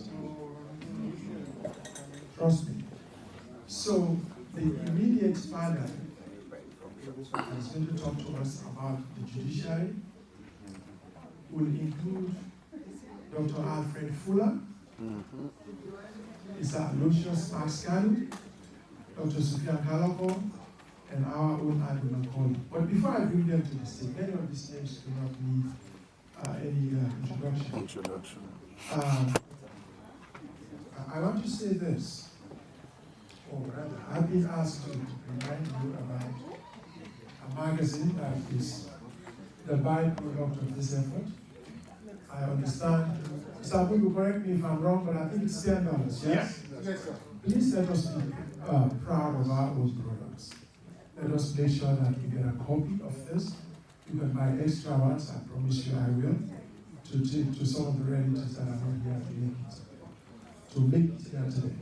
I'll put it here so you can see. As I indicated, the next panel is going to talk about the lack of judiciary in our country. Now, for those of you who are maybe in the pure sciences, you may not have talked about these things, that we talked about this concept that a Frenchman named Baron de Montesquieu talked about several years ago, about this concept of separation of powers. Okay? But before I get there, here's the card. We are going to swear an oath here right now. Put your hand up, you the man, if you are a good husband. And we're going to find out. Trust me, we're going to find out. And here is my definition of a good husband. If you always listen to your wife. Put your hands up. Okay? Why? So many hands up, I trust you. I trust you, but I'll verify. But here is where I'm going with this. If you've been married or if you have a significant other, and you want to keep your house in order, I think it is important that you always listen to the other person. Don't you agree with me? Yes. And sometimes forget the significant others, forget our spouses. Even with the children. I have had debates with the 7 girls that I have at home. Many of them are misses. But sometimes they just take no for an answer. If we're talking about money, they will say, yes, we are in, but yeah, the wrong now, you know, man. And sometimes I have to listen to them. Why am I saying all this? I'm saying all this to just emphasize this subject I talked about, separation of powers. It's the reason why they do not want us to give too much power to one person. Yes. Our own chairman, Dr. Sufyan Kaloko, and our own very Adi Makoli, who has been in the thick and thin of all of this. Now, before they start talking, please, I promise you, we have another powerful panel in wait. And that will include our own household name, Mr. Abdoulaye Berete, the Reverend Kapskano, Amidou Kaloko, and Fatima Kwati. So, keep on, hold tight. Gentlemen, the rules have been established already. And I don't think we can ask for a better panel. But this panel is going to be led by Dr. Fuller himself. Again, I ask that to express my gratitude and thanks to Dr. Kalako, my brother, who gave me, the privilege, the honor to be here today as a moderator, but also as one of the panelists. I think it's what's pity that this retreat actually did commence and at the right time. I don't want to actually waste your time because by definition, I am a moderator, I am an arbiter, I'm a peacemaker, I'm a stabilizer. I'm here to make sure that the topic is discussed and we have a discussion with the audience. So this is my approach. I'm going to introduce the topic, which is the lack of independent judiciary, challenges, implications for the rule of law, democracy in Sierra Leone. That is the problem. And what we need, the problem, to provide solutions.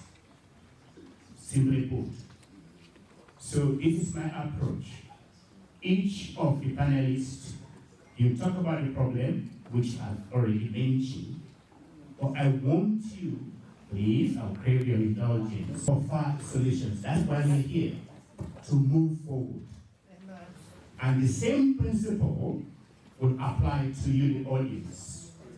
After listening to all the panelists, I would ask the audience, and I am very, as can tell you, I'm very disciplined, 1 minute, not about 1 minute, to make your contribution. Please don't go in a tangent. Go to the point of our solution.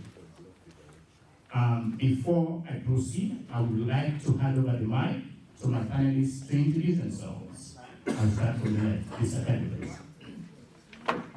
Good morning, everyone.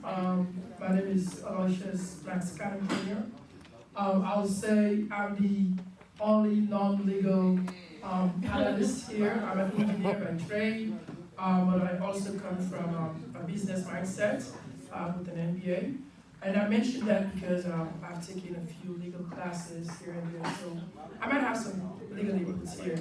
But definitely our country is at the threshold of transformation. And we definitely need to reform the judiciary system for us to forge forward as a nation and also to protect democracy. Called Tender Loving Care. Don't worry, I'm here to supply. Sure. Thank you very much. I am Ali Macaulay, a private legal practitioner for about 19 years now. And I flew all the way from Sierra Leone to be here. Thank you. It is a privilege to be here, and I think there is quite a lot that we can get from here. And I've always treated the diaspora as an important part of the APC in terms of resources, in terms of a knowledge pool, and everything. So when Sophia called me, I've got quite a few cases, but I said I'll squeeze it, and I'm here. And I'm very much happy to take part in the discussions. Thank you. Thank you very much. Thank you, Ma. My name is Sufyan Kaloko. I am a lawyer and bank executive. And most importantly, I'm the chairman of the U.S. branch of the APC. Thank you. We know, as I said, I am an arbiter, so I will contribute less and listen. But I want to make these opening remarks. We all know Sierra Leone does not have an independent judiciary. The simple fact is because the executive branch was, and is still controlled by post of string, and elect has never been and it will never be.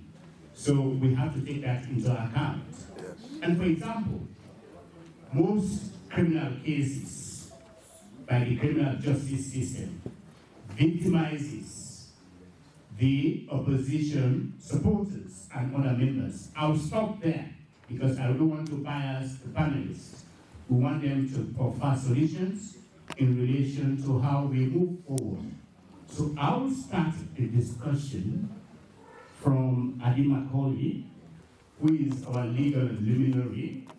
And I think we have been into discussions, panelists many a time, and I know how proficient you were.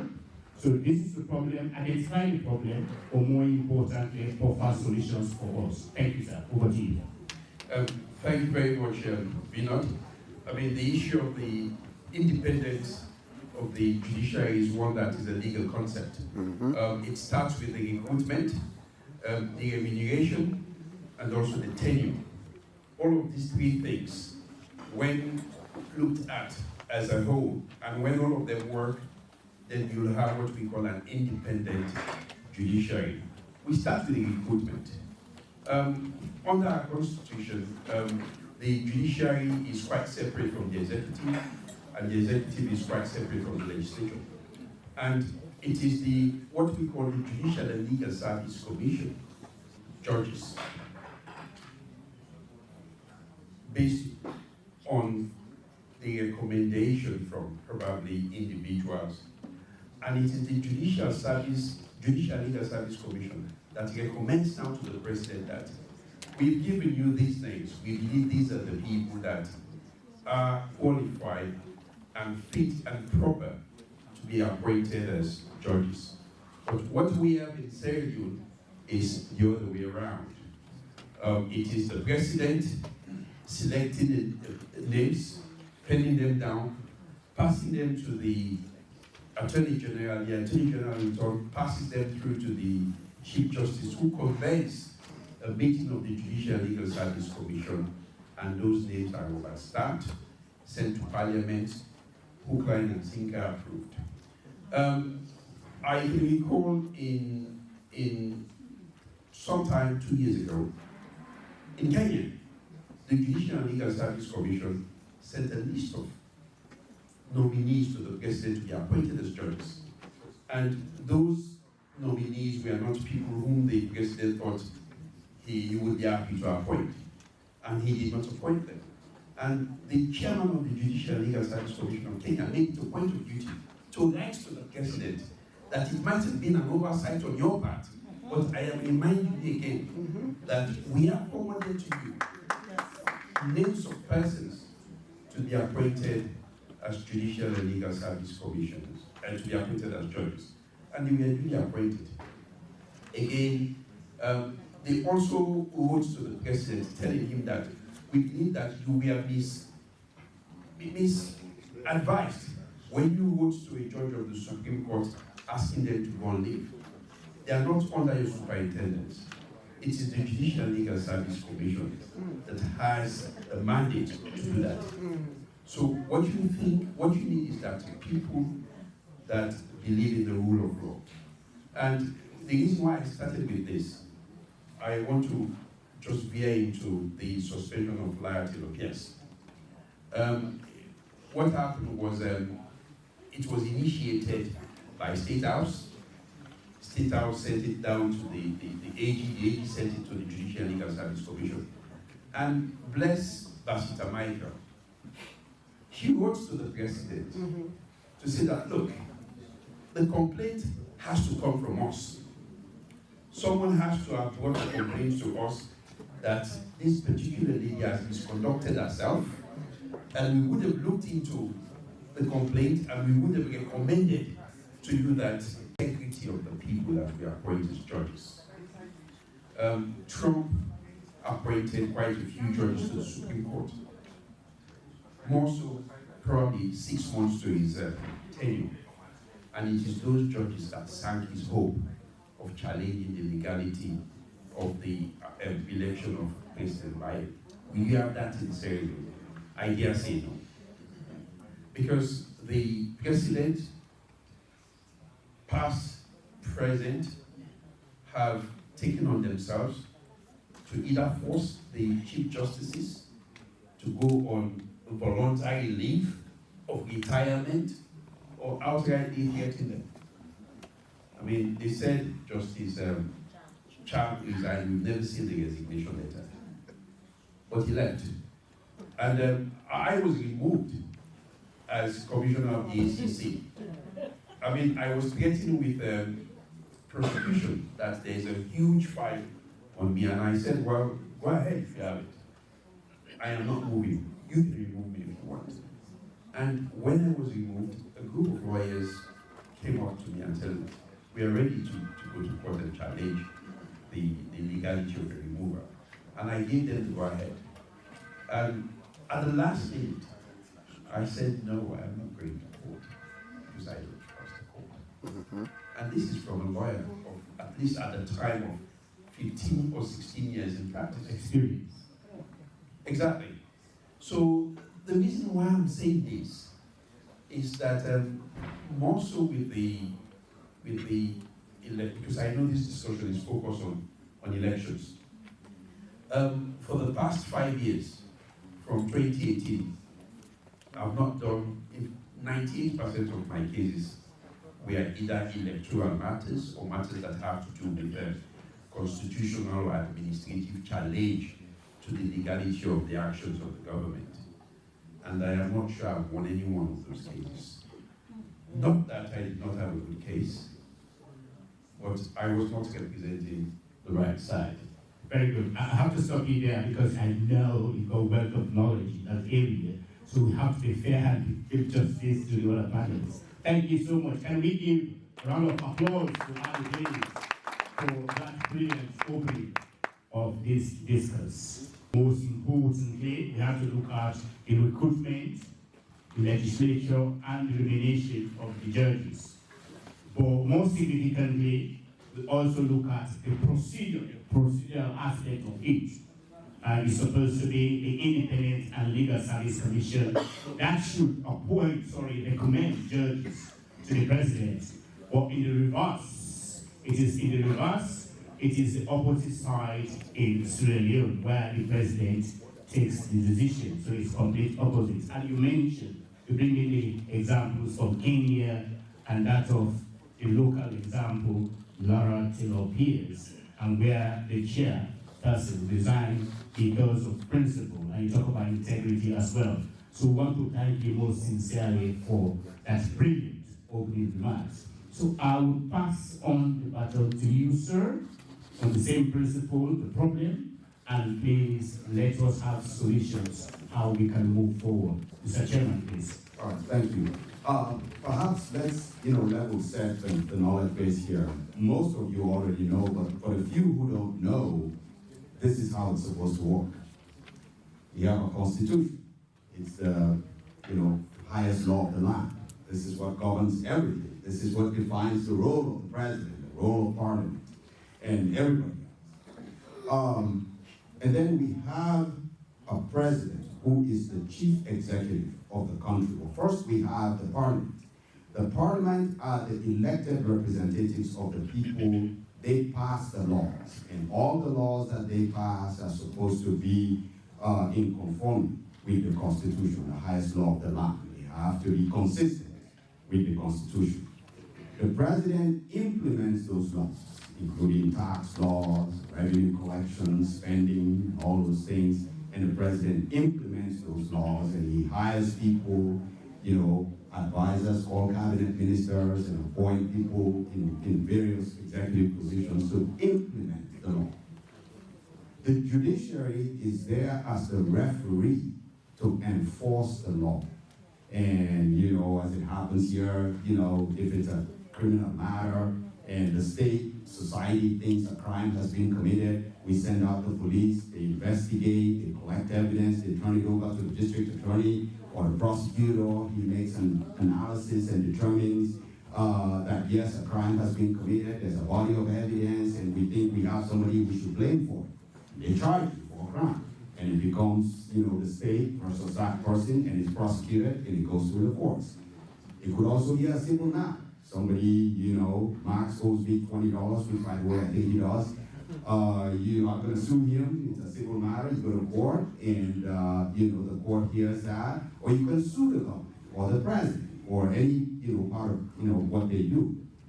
And through all of this, the one thing that you have to be absolutely certain about for this to work is that the courts at every level are going to collect the facts and apply the law to these facts and make a ruling without favor, without affection or ill will.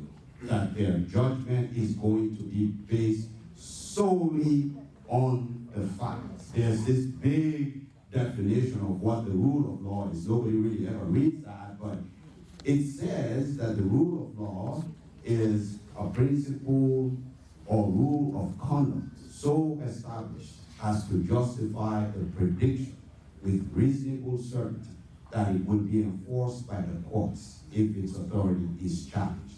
In other words, once you know what the law is, you must be absolutely certain as a citizen that the law will apply equally, openly, fairly to everybody, including the president, every single time.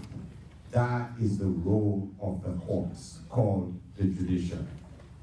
The moment there is a failure in fairly and honestly and independently applying the law, once outcomes start to be different based on who's at state house and what political party you belong to, the entire Constitution comes down crumbling. This is what you need to know. Everything that Ali talked about here, he talked about how judges are appointed. It is for that reason that we give the president the power to appoint the judges here, but we give the legislature, the Senate, the power to approve them. And they can say no, and they have many, many times. So it becomes a joint undertaking. It is also the reason why judges' tenure is protected.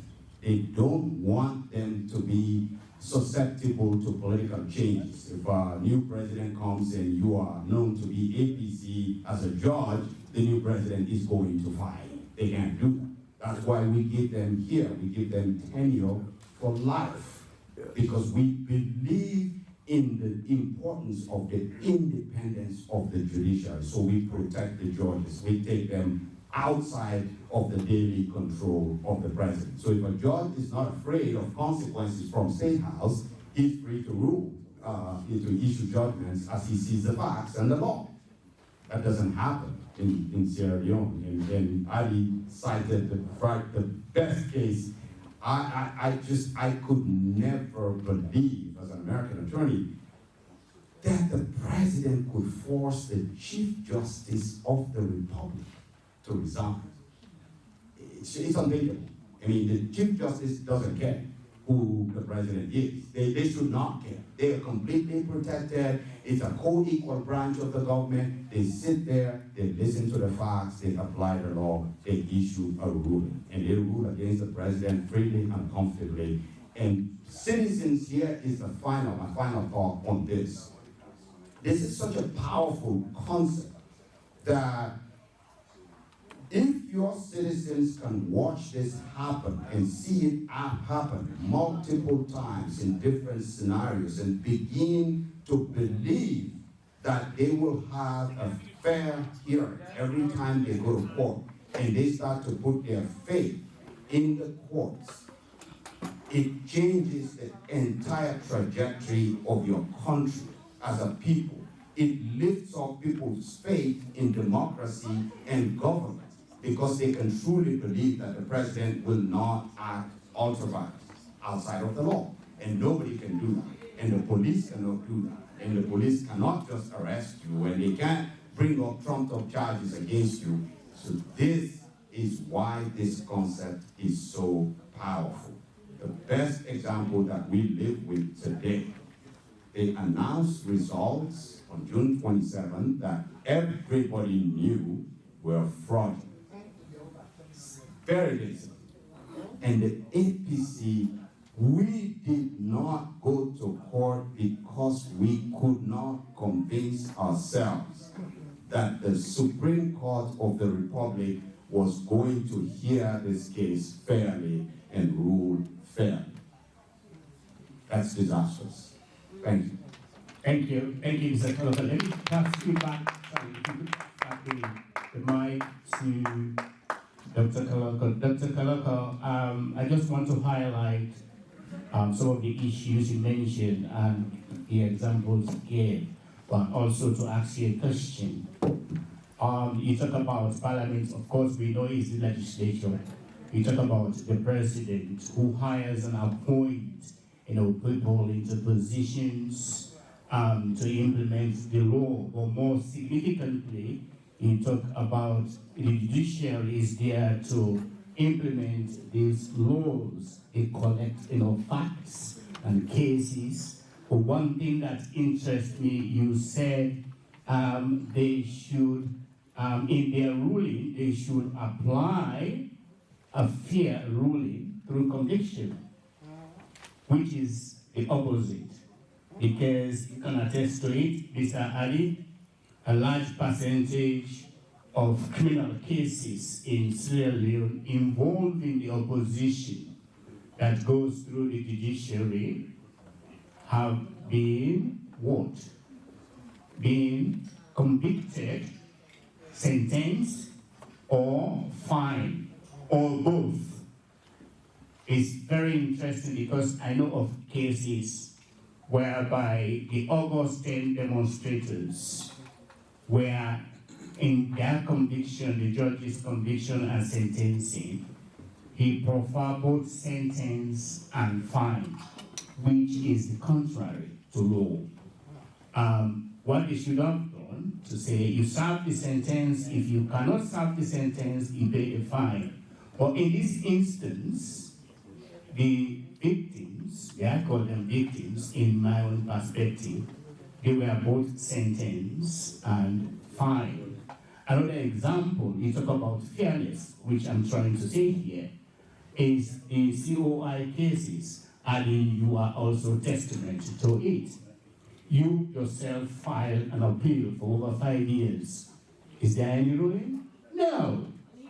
And has the cases been allocated or assigned to judges? Absolutely not.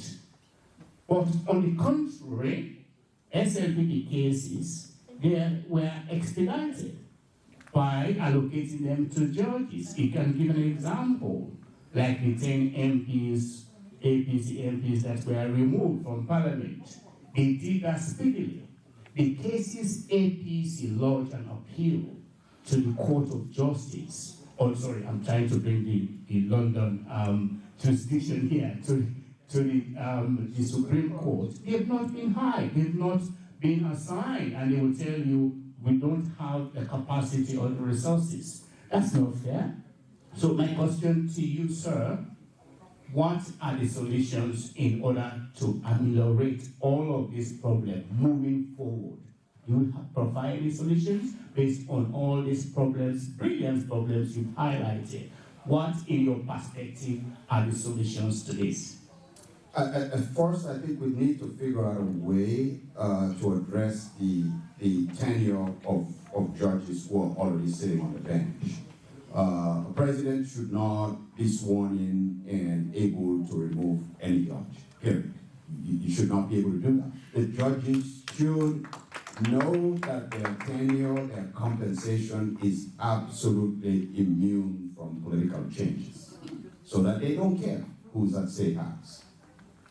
The second is the appointment process, and I think Addis probably has more expertise in this. And the third is the appellate process, and how it works here is that all of those things that you talked about, they are grounds for appeal. I mean, when judges sit at the trial level, they are collecting, the building a record, and they're going to issue a ruling based on that record that is documented. And when you hear lawyers, object in court, they're doing so for a purpose. They're objecting to preserve the issue for appeal. And so once the judge issues their ruling, one of the things they are going to say in that ruling is that you have so and so time to appeal the ruling. And so it allows council to then move to the next step, to court of appeal, if it's a federal matter, to the circuit courts, and then all the way to the Supreme Court. The one thing that judges worry about here is their rulings being constantly overturned. It reflects very poorly on the judge. It means that you are not following the law, or you're abusing your judicial discretion. And the one thing you know for a fact is that the attorneys are paying attention. So you provide your justification, and you document that in your opinion, why you have ruled the way you ruled. On that basis, the attorney is then going to file an appeal to have your ruling overturned. And the Court of Appeal is going to come in, and sometimes sua sponte is just the Latin word for on their own. So they can come in and actually review the facts themselves, or they can review, for abuse of discretion. Yes, judge, maybe you consider the facts, but I think you overstepped your judicial discretion, and the ruling may be overturned or upheld. And so that appellate process. And then finally, there's a principle here in the United States called stare decisis, and it's prior judgments. So if there is a body of judicial decisions on this particular matter, and it's been adopted here, you can be sure that every subsequent case with a similar fact pattern is going to follow stare decisis, the prior established judicial decision on this, and the ruling is going to come out exactly the same. And it is for that reason that many cases in the United States settled out of court, because the attorneys already know how the ruling is going to go. You don't have that in Sierra Leone. Every case is new. It depends on the judge. It depends on the plaintiff, the political party of the plaintiff, who has connections and all that stuff. And so it's always unpredictable, and this is my final point. Judicial outcomes can never, ever be unpredictable. Thank you, sir. Thank you for that lucid and most poignant solutions you prefer. Just to capture it, is in our country, we are not absolutely followed. So thank you very much, and we need to look into it and make sure there are amendments. Now I come on to my younger brother, Mr. Alicius Kanu, who actually claimed he's not legally minded. Well, I say to you, that's not true. For you to argue legal issues, you don't have to read law. You just have to be intelligent. And I know you're a very intelligent younger brother, and you played a crucial role in the development of the country, or by extension, in the USA for the APC party. So in that regard, I will hand over the baton to you. Again, the same principle applies. The problem of the judiciary, the independence of the judiciary, the implications, the challenges, but more significantly, please offer solutions at the end of your contribution. Over to you, sir. All right, thank you very much. I think it's an undeniable fact that we've all seen, as Adam and Cohesion mentioned, a plethora of cases within the judicial system where injustices have been rendered to the people. He did allude to a case with the audit commissioner. I'd also like to bring attention to the removal of members of parliament. That's a contentious issue that we can all get into the legal debates of that. But again, those are all just examples, and we have a plethora of them, so I don't have to go through them. But with regards to the implications, I started by looking at just doing research on countries in Africa that have been credited as having an independent judiciary. And to my surprise, the list that came up, South Africa was number 1. We had Botswana, Ghana, Senegal, Zambia, Cape Verde, Tanzania, Benin. And what they all had in common as solutions or steps were the constitution was reformed at some point, and the appointment process was reviewed and it was adhered to. They also had judicial training. Civil society was very active and engaged, and they had a lot of international support, the influencers of democracy. But again, from a business side now, as a businessman, going into Sierra Leone, what would actually attract me is when I feel like I'll be protected, my investment will be protected. But if the legal framework is weak, and I assume it's corrupt, it would just discourage investments, and it would pretty much influence me to seek other countries. So I would say, just from a personal standpoint, I've had discussion with my spouse, and we've been looking at investment opportunities, and it once came where we were saying, you know what, let's look at the Caribbean, because we went to Jamaica and other places, and we've seen how stable and how strong the judicial system is. But I make this point to say, similar people might be thinking of similar investments, people with even more loaded pockets than me, but they would be thinking of taking the investment to other countries just because Sierra Leone does not have a very strong judicial system. Thank you so much. Can we give him a round of applause, please? You talk about self-exiled people, because you and I here, like you all know, when I took my debut to the ICC, I'm now the #1 person in this list. But that doesn't bother me. Alicia's talk about protection. That is crucial, because you can't take your business or business partners to Sierra Leone when you know the judicial system is absolutely in tatters, and that you can invest in some business at the end of the day. Bankier, they say they go hold up your money, and they collide with all due respect to you, Sir Ali, with some of the lawyers who have no credibility or integrity, and politicians, they collude, and you don't get a fair outcome.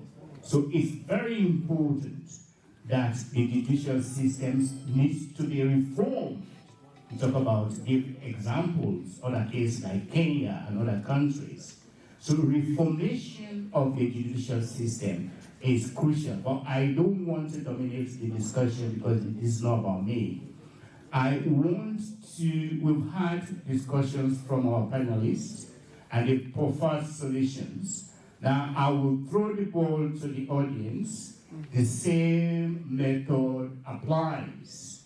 The solution is there, the challenges, the implications, but most importantly, what do you recommend moving forward so we can get a reformed judicial system?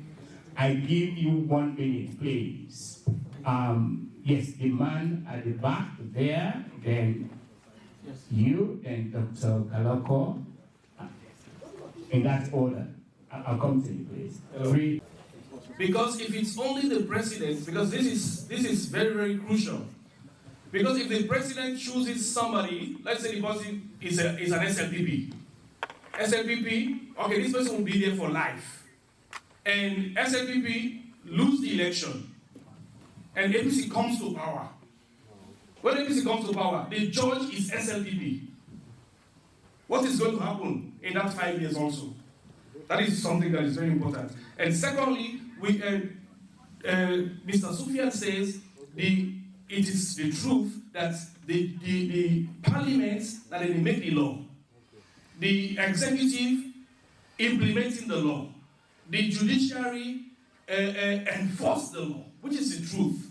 Now, how can the judiciary enforce the law where they have hopes? Random, please, random. Yeah, they have hopes on the executive, because the executive chooses them. So it is very, very hard. And also, my last point is that How long can a case be in Sierra Leone? There can be a land case or somebody who wants to get business. You understand? That case will stay like 40 years. 100 years. You understand? It is very, very bad. Thank you. Thank you. Like You made your point. Yes, Thank you very yes. much, sir. That's understood. Yeah. My question is about protection of judges. From my understanding, and please correct me if I'm wrong, that the judges, like the protection they get are from the executive, meaning they appoint the police officers or the whoever to protect the judges. It's one of the issues that the judges feel fair. If I change your protection, you don't feel comfortable on how I should rule if I don't rule with the current political system. And then secondly, as you said, I think it's tenure. I think the 65 years of age for judges does not make sense. And I think that's one of the implementation that we need to change. You can be 65 because a judge is ruling on really your mental brain. It's until you're not able to perform is when I think we can say you're not supposed to hold the position. But I think the tenure of a judge should change completely, and the 65 years of the age is where we need to change. And one last thing is about compensation. I think one of our problems in our country is how we compensate people and review of, as Sufyan was saying, of judges, right? So every year, if they're reviewing what judges rule on, we have independent, relatively independent lawyers to review the judges and then grade them. We bring compensation. I think that could also affect how our judges rule in our country. So those are my thought process and my thinking, and I wanted to share. Thank you very much. Thank you. Pass the mic to Dr. Kalapa, please. Just quickly, on that, your first point about protection, you're not talking about protection of tenure, you're talking about physical security. Physical protection. Thank you.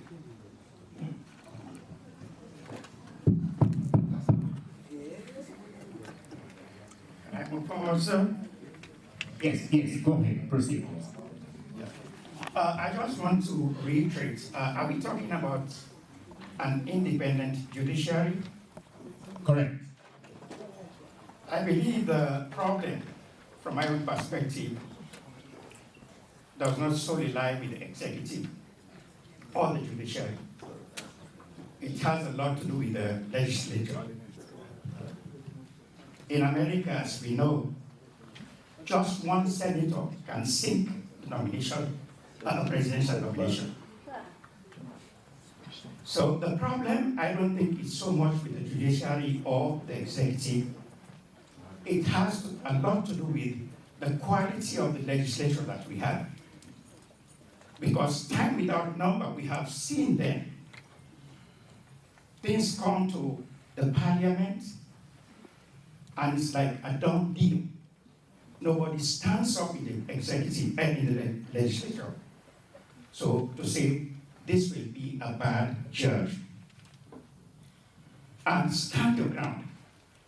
And I believe in our parliament, we need people that can stand up to the executive and say, hey, you have your own duties as the executive, we have our own duties as the legislature. We have equal powers, and you cannot usurp powers. You nominate, we approve. So without that, things cannot go forward. So for me personally, it has a lot to do with the parliament, the legislature, which is inept. Thank you. Thank you, sir. Thank you. Blessed Saturday. It's really crucial that we are looking at the judiciary. But one thing I've not heard about is about the policing that every citizen has. You have your case, somebody do you something, it's a police. It starts from the police. And if they are so corrupt, they connive, they compromise the cases, what do we want to do with regards to the police? We see recently, Madabio recruited his own set of police because he was going to use them. And whatever he says to them, whatever instruction he gives to them, I have a Mende brother who we were arguing yesterday, and he said, oh no, they should not release them because they killed 5 policemen. I said, but what about the extrajudicial killing that has been taking place and the police are part of it? They are blind, they don't see it. I think if we want to see this concept of the judiciary, we should start with the police. Thank you very much. The man up to you, please give your name. When you want to make a statement, give your name and you make your statement or observation or question. Proceed, sir. Thank you very much.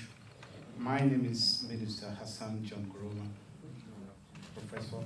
Speak loud. Looking at the outcome of the dialogue that's recently happened, you know, the fear of the independence of the judiciary, you know, our MPs were asked to stay away.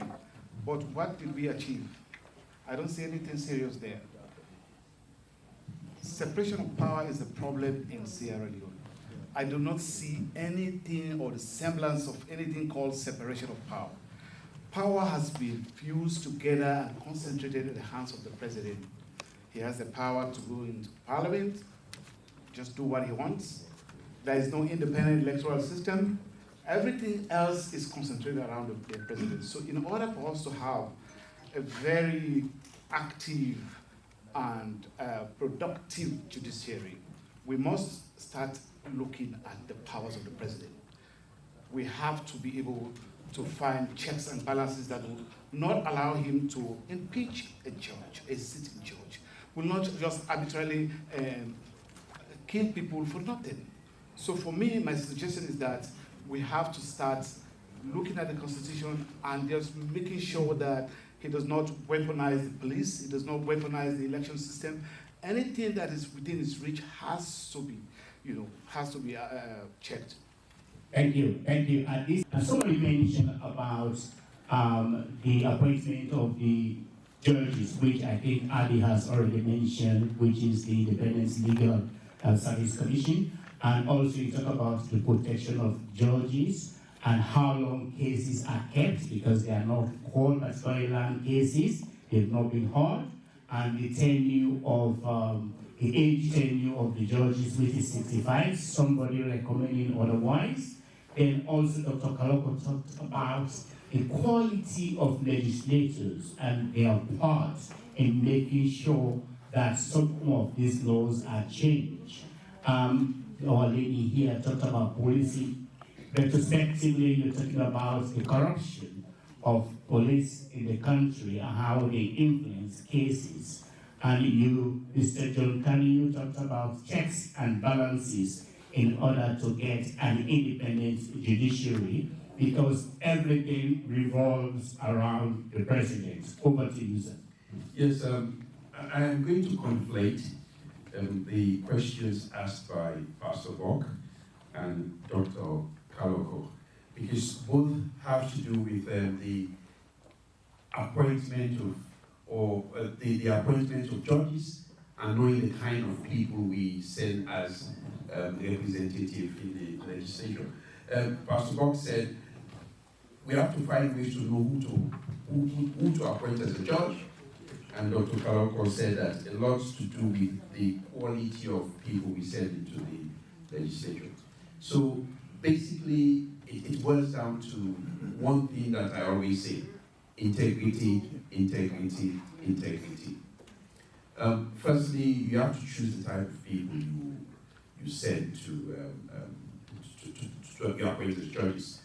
Even when you've passed your law, you have to be a fit and proper person to be called to the bar. Even if you have a first-class degree in law, even if you pass your bar exams, if the bar council does not think you are a fit and proper person, they will not call you to the bar. You must pass that test. So for me, it's not about who appoints the judges. It's not even the president that appoints the judges. The president is just playing a ceremonial role, because it is the Judicial and Legal Service Commission, which is made up of representatives from the civil service, representative from the Sierra Leone Bar Association, representative from the Law Officers Department, and representative from the very judges themselves. So I think these are reasonable people who can in a way, choose people that are fit and proper to be judges. And to the legislature, the problem is sometimes democracy does not work, unfortunately. I recall when we did our primaries, a lot of people that you think would do us better lost, because most of the people that we are voting as delegates say this man will deal with we. What many believe to mean in not deal with we is you guys don't only with them, you keep comping, you put small tea, you give them. That is what they mean as a deal with we. So, which is why when we were drafting the APC constitution, for example, NAC, we suggested that you have someone that's an accountant, you have someone that's an engineer, you have someone that is a lawyer. So you can have a body of persons that can properly advise the party when it comes to matter touching and concerning in the areas that they are qualified. So for me, it's not much about who is appointing these persons. It's about the integrity of the persons and the type of people we appoint. For example, in Pakistan, when late Musharraf overthrew the government, he dismissed the Chief Justice. Each and every other judge that was appointed as Chief Justice to replace the lady refused to accept the appointment on the basis that the President does not have the power to dismiss the Chief Justice, and as such, that position is not vacant. After 3 months, the Chief Justice was recalled again to take a seat. So it's the integrity of persons that you appoint to positions. I can tell you, in saying one thing that really sometimes bothers me is when we talk about reforms, people go to the laws. The laws, majority of the laws, for example, the Constitution, really sets apart the role of the judicial, the executive, and the legislature. It's just having presidents that are willing to follow the law. And when you don't follow the law, you are lawless. Whether you're president, whether you're anything, you are completely lawless. If I can come to Abidayami's question about policing, that is one of the most sad aspects of our justice system. Let's applaud for this. From 2018 to now, I have been in and out of police stations, filing needs of habeas corpus. Sometimes they will detain someone for a month. For example, like Paulo Conte had to file a writ of habeas corpus to have them tried. We had Captain P, the military officers that were just arrested and locked up for 6 months without charge or bail. I read it in the newspapers, and I sought their consent, and I filed a writ of habeas corpus, and I forced the government to take them to trial. So these are the issues. I mean, I've been invited twice to the police station. Once I was locked up. The first one was, there was an article written by Abu Shah in the UK, said that sources close to the legal team, headed by Adi Macaulay, says that the president has appointed, has directed that the parliament should take place in Kenya.